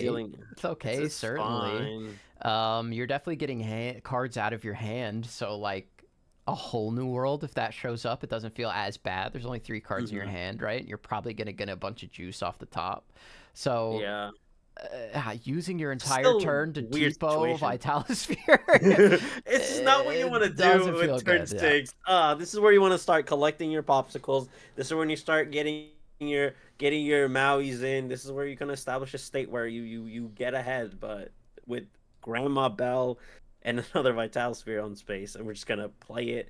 It's just not where you want to be if you're Zan here. Oh. That missing turn 2 ramp really. Yeah, it's just kind of messed up his entire game plan. Isn't all the tempo was just basically lost because you just want to skip that turn 2 and get into like more interesting things as we find an Ursula Vanessa here, another singer for that. Along came Zeus. But right now, you're looking at nothing on the board and 1 card in hand for Zan. So you're probably not going to whole new world regardless if Zan has 1 card in hand and his best play was Tipo Vital Sphere last turn. So let's just get him sideways and start doing stuff. Let's just win the game. We're at 14, right? There's no reason to even play the Vanessa at this point because you just simply do not need it to win the game on the next turn. Zan has to clear 2 characters to stay... he just has to clear 1. So he can do that this turn with the Vital Sphere active. You get the Grandma out. You see if you can get another better card into your hand here. Whole New Worlds. Or sorry, How Far I'll Go and Tipo. Really unfortunate stuff here for Zan. Seeing Tipo so late, it's just when he needs to show up, he doesn't. And when he doesn't, he shows up in the worst pesky situations. At least you do find the How Far I'll Go, so now you can finally get some ramping on, although you did do that. Just a little late, but yeah, it's and we're going to play another Grandma here. Go ahead and 2 Mauis. Double Maui. It's going to be a really hard decision on which card you're going to pick up here. Yeah. Just gonna ink it. Sure, need the ink for the Vital Sphere. Yeah, we're doing really awkward plays just to survive in this situation. We're just gonna get rid of that Rapunzel, keep the Mauis, and keep the Mr. Smees and pass along. Yeah, if Kurt finds another Rapunzel, maybe just scoop it up if you're Zan. Yeah, if another Rapunzel. Another criminal mind. World's greatest criminal mind. I bet you know what he'd love to have right now? Strength of a Raging Fire. Oh, yeah, that would just wrap this up even faster. Yeah. But, we're kind of holding off here. We're just going to quest into things. Or, if you do that, it gets kind of empty state. You get to 18. The problem here is we get to 18, but we That's don't not 20, have like another 2 quests in hand. We've got 2 useless songs. As the Smee is not long for this world, we're going to get an Ursula Vanessa onto the board. Do you consider, I think you have to, use the Zeus and get rid of one of these Talas? It doesn't even matter, honestly. That's true. Yeah, we're just going to... pass the turn here after questing. It won't matter because your Smees are gonna go away regardless. And find a Crab crab. is good. Crab is really good. That's gonna get you 2 popsicles back and get you back into this game. You're gonna see how far I'll go. And now, Let's see what I find like here. the last game, when it all seemed lost for Kurt, there was a tiny little sliver of light, and now if you're Zan, that light is shining pretty bright as the Tamatoa can come down, get 2 popsicles back. Hey, we can start singing Pirate's Life. Oh, then things start get a little crazy here. Oh, it's gonna be super interesting. The not getting to 20 is like you're so close, but with cards like Pirate's Life, you're still not like in it for the win. It's not over at all if Zane is able to kind of constantly find the cards. Like you said, the popsicle is going to give him so much life here, alongside with Pirate's Life, obviously. Wondering what Zan is considering here, right? Like, yeah, you just rip the Tamatoa, I feel like, get 2 popsicles, draw 2 more cards. I don't think playing a Pirate's Life for 6 is the play here. There's no way for Kurt to gain instant lore in the deck. No. There's none. So it's not like he needs to consider, is he going to get over the finish line? I mean, I mean, maybe. Well, he knows the list. I was thinking, like, what could he possibly be thinking about? And I was like, maybe he's thinking, isn't there like there's a Shift Ursula Vanessa that quest for 2, right?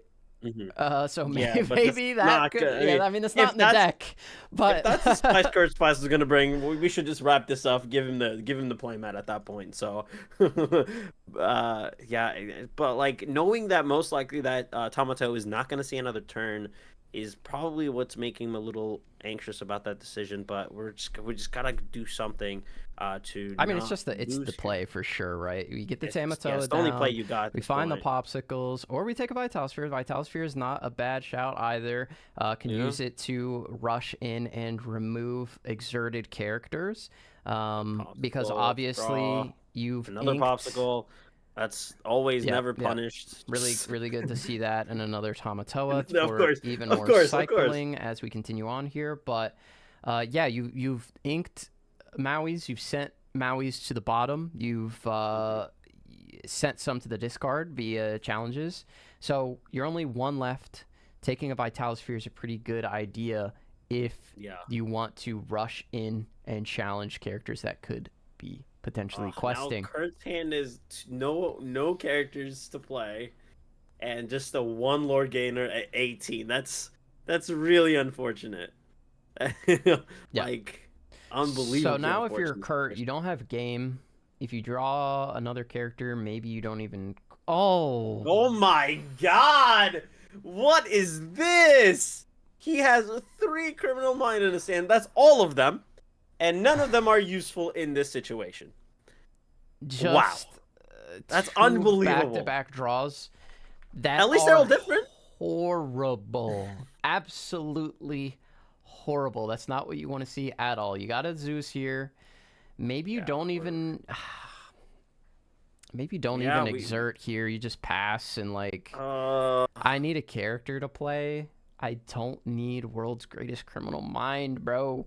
I don't need it. Just got a crab and 2 popsicles, and we find a B prep just in case. Yeah, be prepared is really good. The momentum is changing, Garrick. This is getting scary. It's swinging wildly into the favor of Ruby Sapphire right now, like to the point where I would think that Zan might even be favored. He does need to find a way to get over the finish line, but we're gonna get another popsicle. I'm probably gonna grab or I forgot he had 3, so we're gonna get 2 here into the hand. We're just gonna keep refilling. Not even a whole new world at this point is super great for Kurt unless he's able to. Okay, so he doesn't have a singer out, so he would have to play it and then refill Zan's hand. I think maybe that is the move. If you find it, you just play it, and then next turn hopefully you have a Pete to chain into like Double Daisy, and then you probably win. But I mean, if P off the top would be quite nice.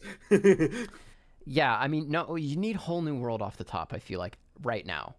Yeah. To have any chance. You have to find it as soon as possible, and then hope to get a Pete in a few 1-drops so you can just quest and win. Mm-hmm. Because right now, Yeah. the Tamatoa is absolutely threatening. There's Pirate's Life and Be Prepared in the hand. It's just, it's so over if Kurt doesn't find a whole new world like soon.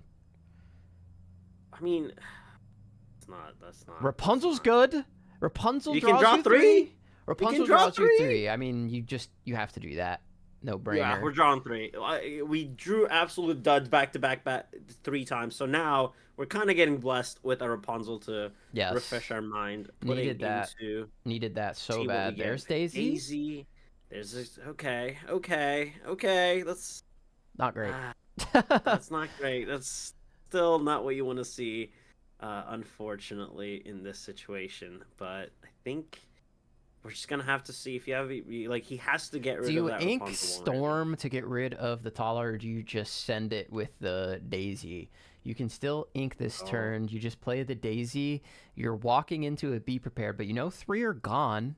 But to be fair, Zan's done an insane amount of filtering in his deck up to this point, while you've basically drawn World's Greatest Criminal Mind every turn. So the odds that another Be Prepared are in hand, you need to definitely consider. Looks like he's thinking about the Daisy. It's gonna feel really bad when that gets B prepped, because he's counting the B prep here. Absolutely, there's no like, how many you got there? And then we see all these potential threats. It does have to be the Be Prepared, I believe. Yeah, we're just counting unless that out. we draw a Brawl off the top. You have to be prepped. If Daisy comes down, you have to. Even with a Pirate's Life, that's still representing game on the side of Kurt. Yeah, this is. But once you rip it, it's gone. There's no more big red button until a Maui Shark comes down with a Vitalosphere. Right. Oh yeah, this is tough. This is not how you should feel when you're 18-1 lead. Like, right? It's just like, you're 18-1. You should be able to feel great. You should be able to high five your friends, but not in this situation. You're just fighting for your life, and that's very, very. That's just the way how Lorcana works, and that's just the beauty of the game here. We find a Grandma Tala here, but it won't really matter. We established that it's Be Prepared or bust here, so we're just gonna go ahead and probably sing that wonderful tune here. Well, you have the opportunity to draw 2 more with Popsicle to potentially find different outs. You don't have to be prep right this second. Okay. We're gonna sing a Pirate's Life. Sure. Get to. Okay. Get it down to 16. Quest, and we're probably gonna see Be Prepared come down for 7. Yeah, we're just gonna, and then we can just Grandma here. Yeah, right, because we have 11. Yep. So you have it exactly 11. So we're just gonna Grandma Tala here. Keep our property into. Oh my goodness. Kurt's got to be thinking, bruh, what are the odds that he had the other one? Like, I win the game if you don't have it, and now we find Vision, which is even worse for you if you're Kurt. Yep, so we're going to be able to find whatever answers we want to look for. But how many answers are honestly in the deck for characters that are unexerted at this point? Not a whole heck of a lot. No, none. Brawl is pretty much it. Yeah, Brawl's it, and we can't really brawl everything away. But Zan's been able to just find all the answers he needed at this point. So we shall see here. But we do have, our songs here. We do have our aerial Sonic Warrior that could come into play, being able to just the moment a song is saying, Grandma Tall is just into straight discard pile. So it's not that world. We were still gonna be able to establish scary stuff if Zan's not able to find anything with Vision or whatever he draws next. But the fact that like I said, you're 1-18. The fact that like the momentum was just not in your side while you're having such a big lead is such a fascinating thing that like you get to see in Lorcana. Yeah. Where like you feel confident, but like there's just such a trading card game sometimes, man. It's a variance. It feels great when you draw Pete back to back to back, but it doesn't feel great when you draw World's Greatest Criminal Mind 3 times. Oh, it's such a like that's so rough.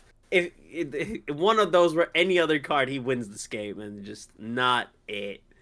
Oh my goodness! And we see Sonic Warrior here, and then we see another How Far I'll Go. Wow. Yeah, that's nice. That's really nice. I mean, Zan is finding the gas, but I mean, early on, Zan was drawing really, really bad. Like, we have to remember that. So towards the bottom end of the deck, he's going to find all the good cards that were not at the top here. So I think, right, you just sing here if you're Zan, and then find 2 cards and then potentially vision into some more. But just keep filtering through, because like half of your deck is filter, the other cards are good cards to deal with all the problems. So going for the vision first. Let's see. We see a Brawl, a Sail, another Manor, which is tough, and then we're going to be finding a lot of Manors here. The Manors are going to start. There's nothing that's brawlable on the board, but maybe you need Brawl for next turn. I honestly, in my opinion, it's like between Brawl and Manor. Like, a Manor puts a ton of pressure on, you'll close the game very quickly. Brawl potentially will save you from losing. Yeah, or we just grab crabs and say we're gonna see all these cards regardless of what you do. I'll just draw more with with the popsicle. So Garrick doesn't know what he's talking about at all. Because now he's gonna go ahead and just pop the popsicles, play the crab, play all of those things, and just continue to find the cards that he wants to see. And then we do see another Manor, like you said. We're going to see a lot of those because we haven't seen them yet. But this is the time of I would take Manor here, but knowing Zan, he'll probably take the Develop because I don't know what I'm talking about. Because why not? Because why not? But I think, that's exactly what he's going to do. He's going to say goodbye, Manor. Any emergency that I need to find, because I didn't take the answer, which was the Brawl, so maybe I need to find it in case of emergency with the Develop Your Brain next turn. That could be the thinking there. All right, because we sent Brawl back. It's just, I mean, there's Brawl. Or we just develop right now. Oh, we have. What is he looking for? Is my question. I mean, that's what I'm kind of concerned about, because like Brawl was that answer, right? Because you're Rapunzel. Yeah, maybe he's looking for the other B prep. The last of its kind. No, there's 4 in the discard. Oh yeah, he sent. Yeah, I'm not sure what he is looking for. Maybe Maui Shark. Maui Shark is kind of the only thing, just to be able to bring them back to our hand, I believe. Is kind of my goes for a popsicle, so he wants something else. He doesn't want the cards that he's seeing, so we're gonna popsicle. We'll see if he finds the mythical Maui Half Shark. Maybe that's what he wanted. There's the shark. There is the shark indeed. I mean, we have, because we can just get it back. The shark is great if the aerial ends up exerting, right? Yeah. That's the best use case of the Maui Half Shark. So right. If aerial doesn't exert, though, don't you like? And if he plays another 2-quester, don't you lose on the spot? Yeah. So he tried to filter so much because of that, like, because he wanted to find. Well, he's got a ton more card draw here, but he's out of ink, so he can't draw into a Brawl. Could potentially do it next turn, obviously. I think the Brawl was an interesting choice there, because like, I mean, we know the hands, so like in that situation. What if Kurt plays like Daisy Rapunzel or Smee Rapunzel or something like that, you know, or Queen. I mean, those 2 cards right there. Queen Smee. You're like in a ton of trouble, especially if he finds the Shift Queen off the top. So going for the Maui Half Shark, if Kurt doesn't exert his characters, the Maui Half Shark is not doing much with the Vital Spheres on board. I mean, it can. Yeah, I mean that ground Matala is gonna get the Sonic Warrior. It looks like we're gonna storm here, and we're gonna storm our own aerial. Or aerial. Draw 2 more with Rapunzel. That's definitely the play. Oh, that's Strength of a Raging Fire is okay. Pretty good, because he has the 2. He can pay it with the aerial. He has the 2. Yeah. Let's see here. Maybe he's looking for more Pirate's Lives. I'm curious how many Pirate's Lives are left in the deck. That could have been the card he's searching for, because that is technically another answer, right? Because that'll just save you no matter what. Right. Unless Kurt goes like a bunch of 1-drops here that he was for some reason holding in his hand. Yeah, this is where. We've definitely seen one Pirate's Life, and I'm pretty sure one was inked early. One was inked, I yeah. could be wrong. There's one more. I think he's looking for the last one. We're like hour 2, game 2, so I may be getting confused a little bit.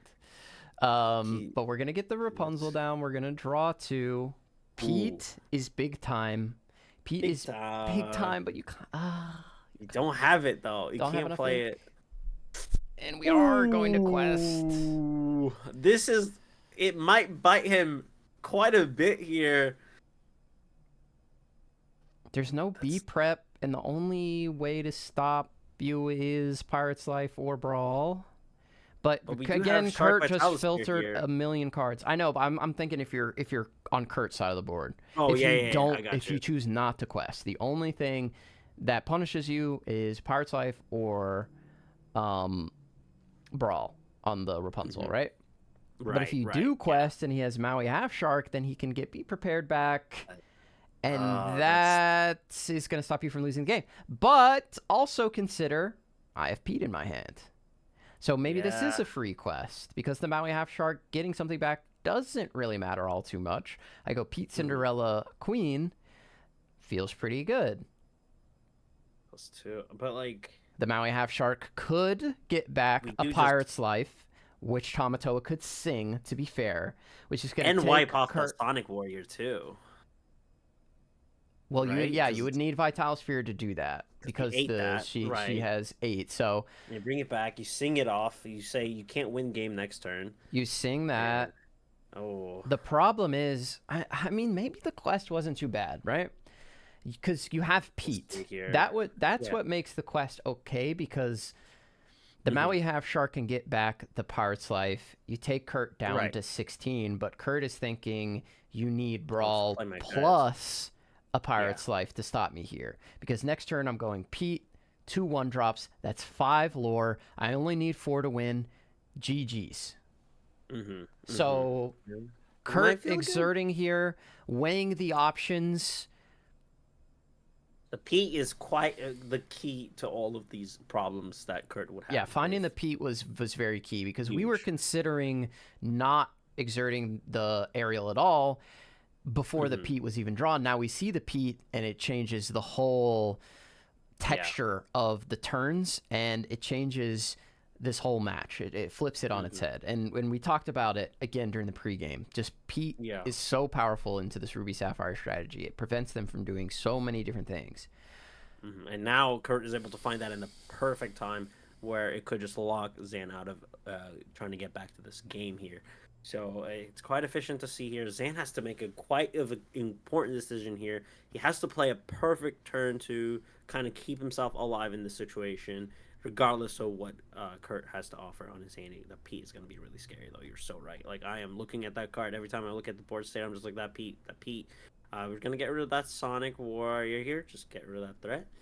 Get an action back. Which action is he going to get is the key to this problem here. We passed through Pirate's Life. Gotta take a Pirate's Life. I'm gonna sing away this beautiful tune. Yo ho, yo ho, a crabby life for me. 13, but we could also like get to 13, 15, 17. I mean, is that? Questing here. He's gonna quest. We're gonna play. How much ink does he have left? He's he played the 6, so he's 7 left actually. So he could just like play it outright, get to 15, and present game himself too, which is also a headache. Yep, because the Maui Half Shark gains an additional lore, which is huge. I didn't realize Zan had that much ink. Because friendlier. He was able to get those ramps later, which is kind of paying off now. Yeah, it's kind of hard to see with the like black sleeves. And it said 12 in the thing there. So Yeah, yeah, Because yeah. he needed 6, he needed 7 for the Maui Half Shark plus Metalsphere. plus Vitalosphere, and then I guess 6 more is only 13. Okay, so that makes Yeah. sense. That makes sense.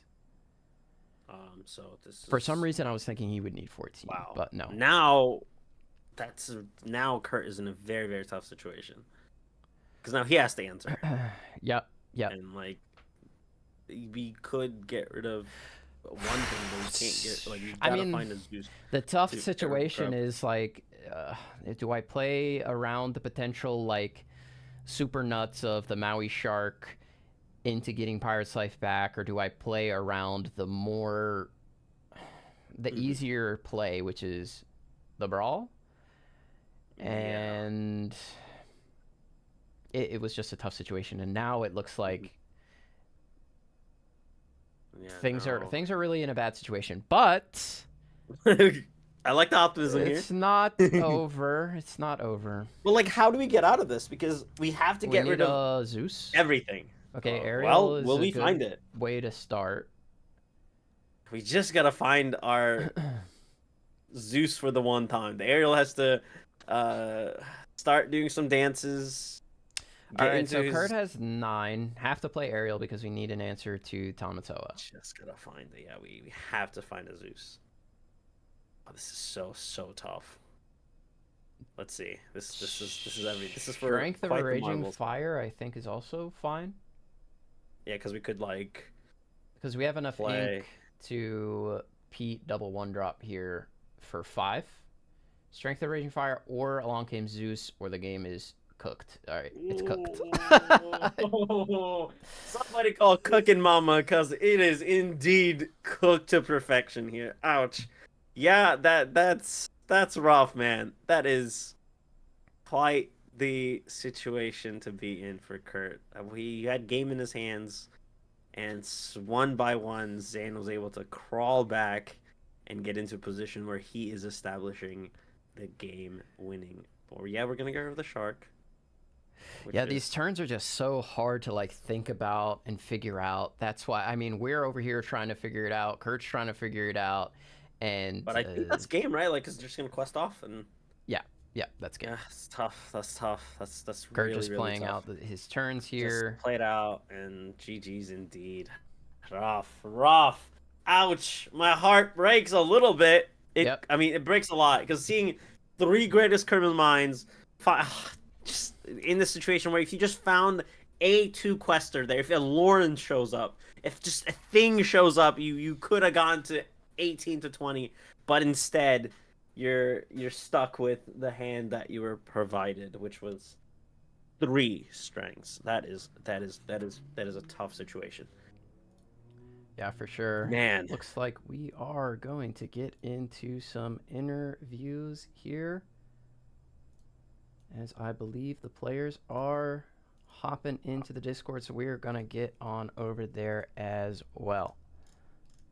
Game 1 manner. I'm curious about leaving the 7 there because that Yeah, there were slowly. there were a lot Did of it matter? Maybe not, but like it felt like it did, right? That 7 damage manner there it was there's like gaining so much lore, gaining that rent, getting that HOA money, getting value through just being a property, the land itself, the whole thing, the just that manor was just getting so much value, just skyrocketing price, making it real estate fans dream in that situation. Yeah, I mean, I thought we So were playing Lorcana. It looked like we were playing Monopoly for a second. the We had Monopoly rent came through there. we It's had tough park we had stuff. Park Place. We had everything we needed.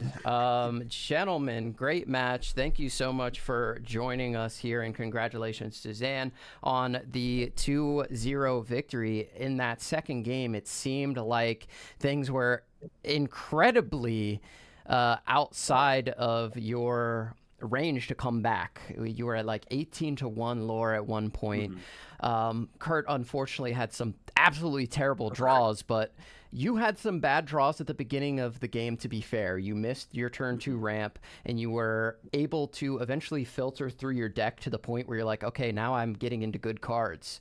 Talk through the I think it was the second to last or third to last turn where you were filtering through your deck. Me and Y Breezy thought, hey, maybe he's looking for a brawl here, but were you looking for a Pirate's Life, or were you looking for Maui Half Shark? What card were you looking for? I was thinking that I wanted to be prepared, to be honest, at first, and then I was like, okay, I'm just committed to this this line. Let's just keep going because I kept thinking, okay, how do I lose this game? We were at the point at which two whole new worlds would win the game, Mm-hmm. and so if I can get them off of um, being able to double cast whole new world into whole new world, then I knew that the McDuck Manor was gonna eventually just win the game. Okay, gotcha. Did you had a fourth B prep? We thought we were thinking that the That was all gone. four were gone, but if there was another one in there, then definitely, yeah, that would have been the move to go for. I mean, I Kurt. think he played one and discarded two. Okay, So there was one left. gotcha. Oh yeah, it was two cards down. Oh, okay, it was in there. Okay, we were like, because we thought four were gone, so we were like, what is he looking for? But you did eventually settle on the Maui Half Shark. Kurt, getting those back-to-back World's Greatest Criminal Minds had to feel really, really bad. On that turn, you had Strength of Raging Fire, World's Greatest Criminal Mind, and along came Zeus. What was the thought process there? All three cards essentially did the same thing to remove the Maui. Why did you choose to go with the Strength? Was it just because, okay, I have four characters on the board, I might not have four characters later, let me just use this now while I save the World's Greatest for a Maui Shark? Yeah, exactly. It was like, that was gonna be the only time that I thought I would have that many characters out. And then anything that I want to take out after the fact is gonna end up being like another Maui or a Tamatoa. So I wanted to keep the Criminal Mind and Zeus for, after that. I think it was because there was a Be Prepared that turn, right? But either way, I knew that most of the characters were not going to survive whatever happened the following turn. So, Right. And on the aerial turn, we were considering the options. The turn where you in game two when you decided to quest with the aerial. What was your thought process there? What were you trying to play around? We were thinking maybe he leaves it unexerted. Maybe Zan doesn't have the Be Prepared. Obviously, you were thinking about that. We thought that all four were gone. Was it just, okay, Be Prepared comes down, I need to get this lore while I have the opportunity?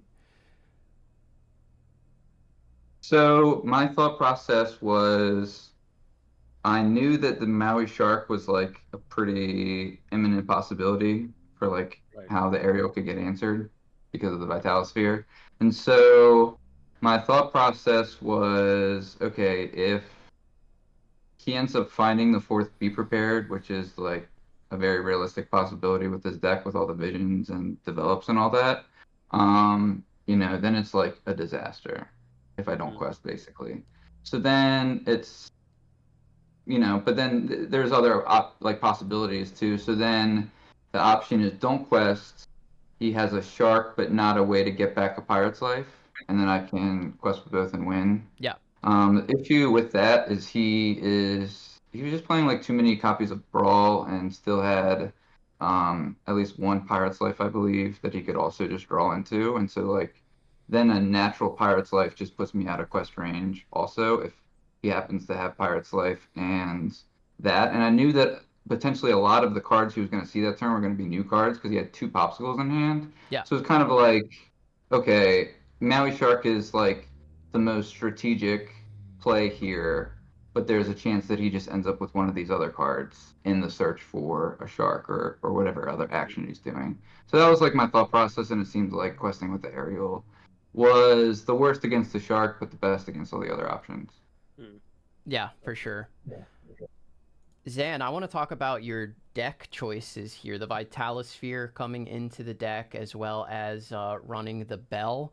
How do you feel about the Ruby Sapphire Shark list with these tech options? Do you think it is one of the best decks in the format? Would you consider it the best deck in the format? We know you typically like to play the deck that you consider to be the number one option into the field. Yeah, I'm gonna say like the field is still wide open. Um, I'm gonna say that if this blue red deck is the best deck, it's like a good fair best deck. Like Mm-hmm. which I would be happy with it being end up being the best deck because that I really think that blue red being the best deck, this version of it is like a healthy sign. I don't think it does anything like to a to like a crazy degree better than everybody else besides I think ramp, right? But Mm-hmm. I think that you could fit that ramp into other strategies as well. So, um, talking about the deck, basically, I decided to test. Kurt's a great player. We're gonna probably gonna have to play against each other at Worlds, and so it's worth testing. And so my testing basically said if I play a naked Maui shark, that leads to the most paths of losing. Mm-hmm. And so my goal was to never do that. And so yeah, so I never like just played it out there to get hit by World's Greatest Criminal Mind. It needed to be paired with Vitalisphere, and I think a deck like this, which you're able to dig a lot, and even just keeping it in my hand if there's a whole new world, so I can bring it back with Crab, enables me to play the game in a completely different way. I don't necessarily think I played perfectly. I really sold myself on in game one that Vanessa was going to along game Zeus and put myself in a bad spot there. Because Kurt ended up having the queen, which I knew it was in his range to hold the queen that long so he could whole new world eventually.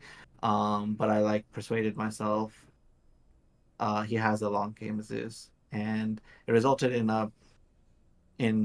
in a bad hole. And then I felt like Kurt gave it back to me when he didn't take out my McDuck manor. I felt like in that situation he should have either committed to killing the McDuck manor or gaining the lore. And I felt like I didn't play perfectly game one, and I was just rewarded from the consistency of my deck. And then game two, I felt like Kurt's draws were bad. It only took one more Pete or one more whole new world um, to probably lock up that game. Seeing three criminal minds just not what you want to see. I do want to kind of dive into the manner leaving 7 damage on that. What was your thought process there, Kurt? Think it's just like you quested a little bit, you dealt 7, we didn't get rid of it, and then that kind of the manner kind of just gained so much value down the road. What was the thought process there? Yeah, so that was an interesting spot in the game, right? So, my thought process was against his deck, I pretty much want to. It's not that I like always want to end up on even lore, but like 16 and 17 are like almost the same thing, right? Right. Because most of my stuff is questing for 2. His Apire Lives are taking my lore down by 2. So it like that kind of like end game gets pretty close, and then it's kind of just like up to what I draw.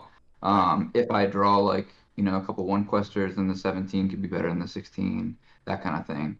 So that's like kind of like where the 7 attack and quest with everybody else went from. And then the other thought process was it seems like if I let the game continue, because I wasn't really like stockpile with shark answers at that point, I would just end up like Right. getting burned out essentially. Even if I was able to take out sharks, he would just be able to like chain enough turns and I wouldn't be able to win fast enough after Be Prepared at -1 lore. So I went up to 12 instead of going to 11. And I felt like 12 was kind of a pivotal point. But yeah, then the manor just ended up like taking over. It was like the second Be Prepared that he had that blew up my play. Right. Because I had the follow-up of Gaston and another 2 questers, so then I could go to 14, finish the manor, and then like go from there. It was like my thought process going into it. Um, yeah, and I think it was probably just like, you know, me not having played enough games in this matchup to kind of like see where Yeah. it ends up going from there.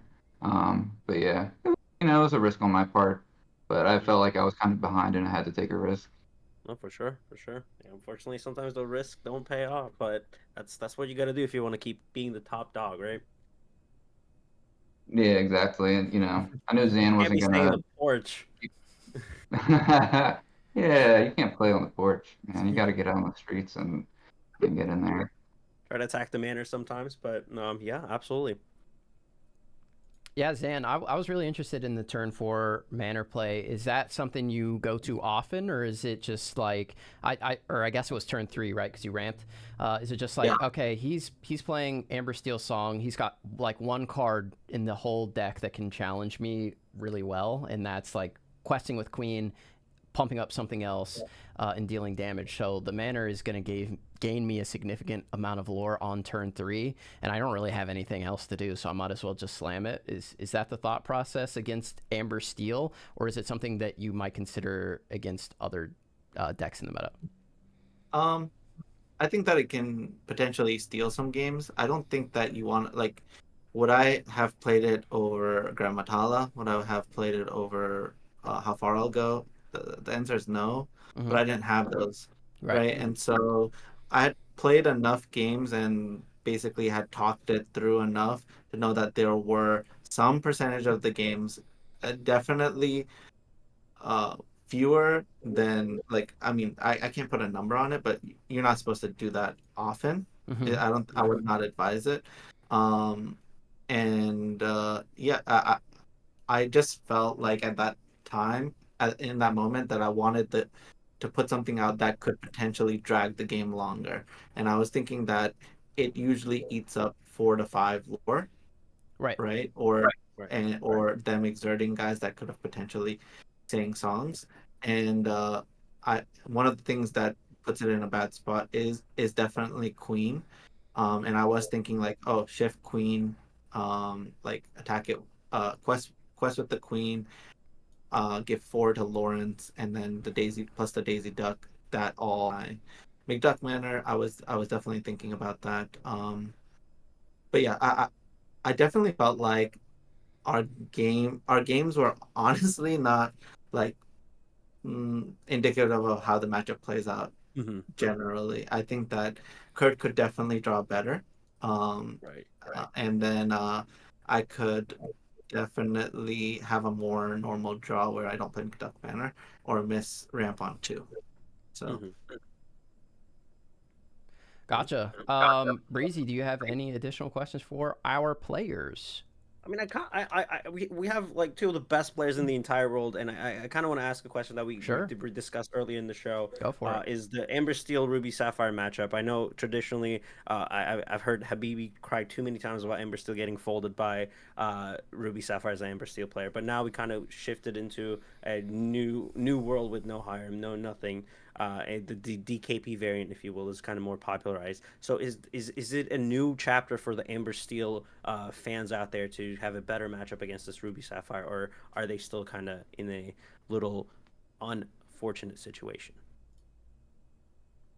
Kurt, you want to go It's first? definitely better. Yeah, I would definitely say things are better. And it was kind of like because I expected the red blue decks to end up being the shark version, Mm-hmm. I ended up going with this version of Amber Steel over like a Dwarf Mine version. Mm. Yeah, absolutely. Yeah, I think it's better for. I mean, I think Amber Steel is one of the top 5 decks. I don't think that without the Sisu variant floating around, Mm-hmm. I think that before we at the end of my last match after when I played against Speci, I said that I felt like Kurt was favored. I thought that I needed to practice the matchup a lot. But if I had just played it raw, I think that that would have been a lot tougher. Um, it's just like you really got to learn not to play your Maui Shark out there, and Mm-hmm. when you're playing DKP's like original version, it, there's no option but to play the Shark out there um, without it being able to give it rush. Right. Right. Yeah, I think the Vitalospheres changed the matchup significantly. I think otherwise it's like a lot closer, but I think just having those gave you enough of an edge. And the bells too. I mean, you know, they don't ruin me, but it just is like another speed bump that Red Blue normally doesn't have. So Mhm. I feel like your build was also like pretty, if you had to play a four shark, four mana deck, your build is like close to as optimal as it could be versus Steel Song 2, which was nice. Mhm. Yeah, the bells are really nice, especially at the whole new world part, right? Like one of the places where you gain an edge is like you're like, I'm gonna be able to empty my hand better than you, and I'm like, what if I play two bells and empty my hand just as fast as you, and then it becomes interesting. Um, as like one of the decks that I played early on, Amber Steel Songs, I like naturally think about Whole New World all the time Yeah. in terms of like my deck building, and if my deck has the capacity to empty its hand fast enough after a Whole New World. And I think that this version as opposed to the Sisu version, um, it feels cleaner, that like I don't know, it just feels cleaner that way, that I'm able to empty my hand, and it's a leaner version of the same strategy, Yeah, I mean, you have all those like small costing cards with the develop. You can sail to ink twice. You can TPO to ink twice. It doesn't feel super bad if you have those options available to you. Not to mention the items which you can cycle in and out. But yeah, I think it's a really, really well built deck. I have to imagine we'll see a lot of this during set championship season.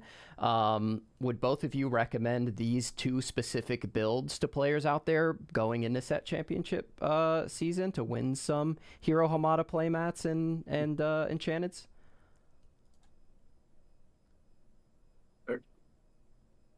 Yeah, I think I definitely would. I think they're both solid decks. I think they're both like pretty reasonably built as far as like playing against the different expected metagames.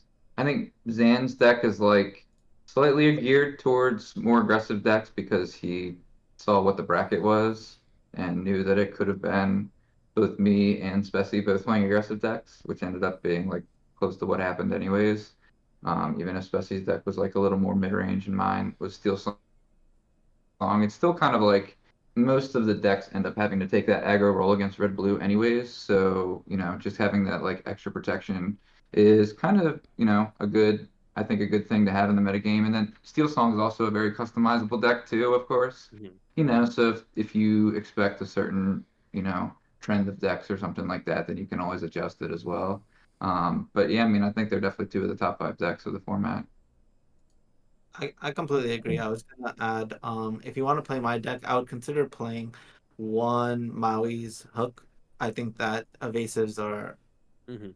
kind of everywhere, and I think Mm-hmm. that one Maui's hook would be nice to put in with like a crab, take advantage of its busted ability. And I don't think it costs you very much.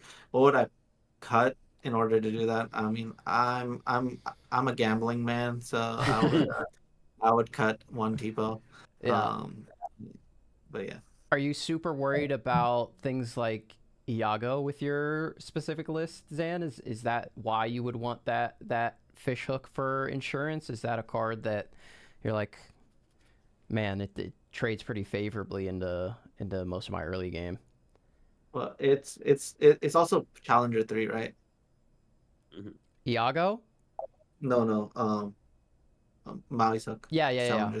Yeah. So I think it's good in the mirror match, right? Because you can play a regular Maui and give it +3, and it takes out manners. And then Iago, I don't think it's really that a big problem because um, it's like it it doesn't exactly kill a Maui shark, Right. right? Like if it killed a Maui shark, then I would feel worried about it. It plus a crab will do it. But that's something I can also play around, right? So Right. um, yeah, I just think that having a card as powerful and you have 8 copies, it just makes your T-Bows incredible. It makes your Gamatalas incredible. All those things can be like Maui's hook can be activated for free when you have a Maui in play and you have 8, right? Yeah. So Might as well take advantage of a one of. Yeah, for sure. Those were all the questions I had. Breezy, is there anything else you wanted to add? No, I think we wrapped everything up. Cool. Let's do shout outs and anything you all got coming up. I know a lot of your teammates are out in Germany right now for the tournament this weekend, but you're both on the same team. Obviously, Zan, we'll let you go first with shout outs and anything you'd like to promote. Yeah, shout out to World Class Cards. They're an amazing sponsor. Kurt is an amazing teammate. Yeah, we always have a good time. It's unfortunate we have to battle in this game, but it's also sweet. Yeah. But and then shout out to the my podcast. If you want to listen to me blabber more about Lorcana, you can find me at the Club Lorcana podcast. You can search it on YouTube. But yeah, thank you guys so much. Yeah, highly recommend tuning into Zan's podcast. There's so much free high-level information over there every single week. Definitely tune in, give him a like, give him a subscribe while you're over there. Kurt, thank you for being here. Shout outs and what you got coming up tomorrow, maybe something special. Ooh. Yeah, tomorrow I'm hosting a cool event on these very streaming. We're on Garrick's channel, right? Yeah, we are. Yes. We're hanging out. Very good. Yeah, very good. We're gonna be back on Garrick's channel tomorrow for the Lorcanathon benefit event. It's going to be benefiting Camp Opportunity, which is a local charity that helps send kids that have suffered abuse or other issues, and give them a fun summer camp experience, as well as some other resources kind of involved in the program as well. And so we're hosting a fun local semi-invitational, just a lot of people from the Maryland scene coming out to support a good cause, and we're going to be streaming it and raising money on the stream as well. And we're going to have a couple sweet stream giveaways in addition. So please tune in and check it out. And thanks so much to the Game Haven and Stevenson Games, two local stores, for sponsoring the event. And then World Class Cards and Ink Inc. are also sponsors for the event. So shout out to them as well for helping make it happen. Yeah, for sure. It'll be a great time. Again, that's 12 p.m. Eastern Standard Time tomorrow, and it'll be here on Garrick's Lorcana Lair on both YouTube and Twitch. So it should be a lot of fun to check that out. And I know Kurt's got a lot of fun things that will be going on as well. So it's not just some high-level gameplay, but some fun stuff too. And if you can, please show up, please donate, give what you can. If not, just come by, say hi, and support. We really appreciate you. But gentlemen, thank you so much for being here. We really, really do appreciate it. We're going to let you go. It's been a long match here, but again, thank you so much. And we wish you well, both of you. Zan, continuing on here in the LCCC, and then Kurt and Zan both as well for Worlds whenever that comes up. So thank you guys so much for being here and allowing us to cast the game. Yeah, thank you. All right, Why Breezy, we are wrapping it up here, my friends. Great match, a really interesting match, a bunch of really interesting lines to discuss, dissect, and it was great to talk to Kurt and Zan to get both of their perspectives. We were completely off base half the time, but that's okay. We're learning. But that's part of the game. Yeah. You got 50% shooting percentage. I know you're a Pistons fan. That's pretty good. That's pretty good. Yeah, shout out to my Pistons. Unfortunately, they lost last night at home, but we'll get it back. Anybody? One playoff win is everything. It's okay. It's okay. Yeah, our first one since 2008, but shout out to the Pistons for sure. Why Breezy, I want to thank you for being here today. Honor. And obviously shout out to Pavel for choosing us both to be able to cast this, but shout outs, what you got going on? What's happening in the life of a Why Breezy? Breezy is gonna be back on May full throttle with Lorcana After Dark Tuesdays, Thursdays. The guest schedule is being absolutely compiled slowly but surely so I can get ready, not think about it. So you can find me at twitch.tv/ybreezy there, and you can find me yapping quite a bit about the game that we love and play on the ICL every Monday, Wednesday, and Friday, which is Friday today. Yeah, 100.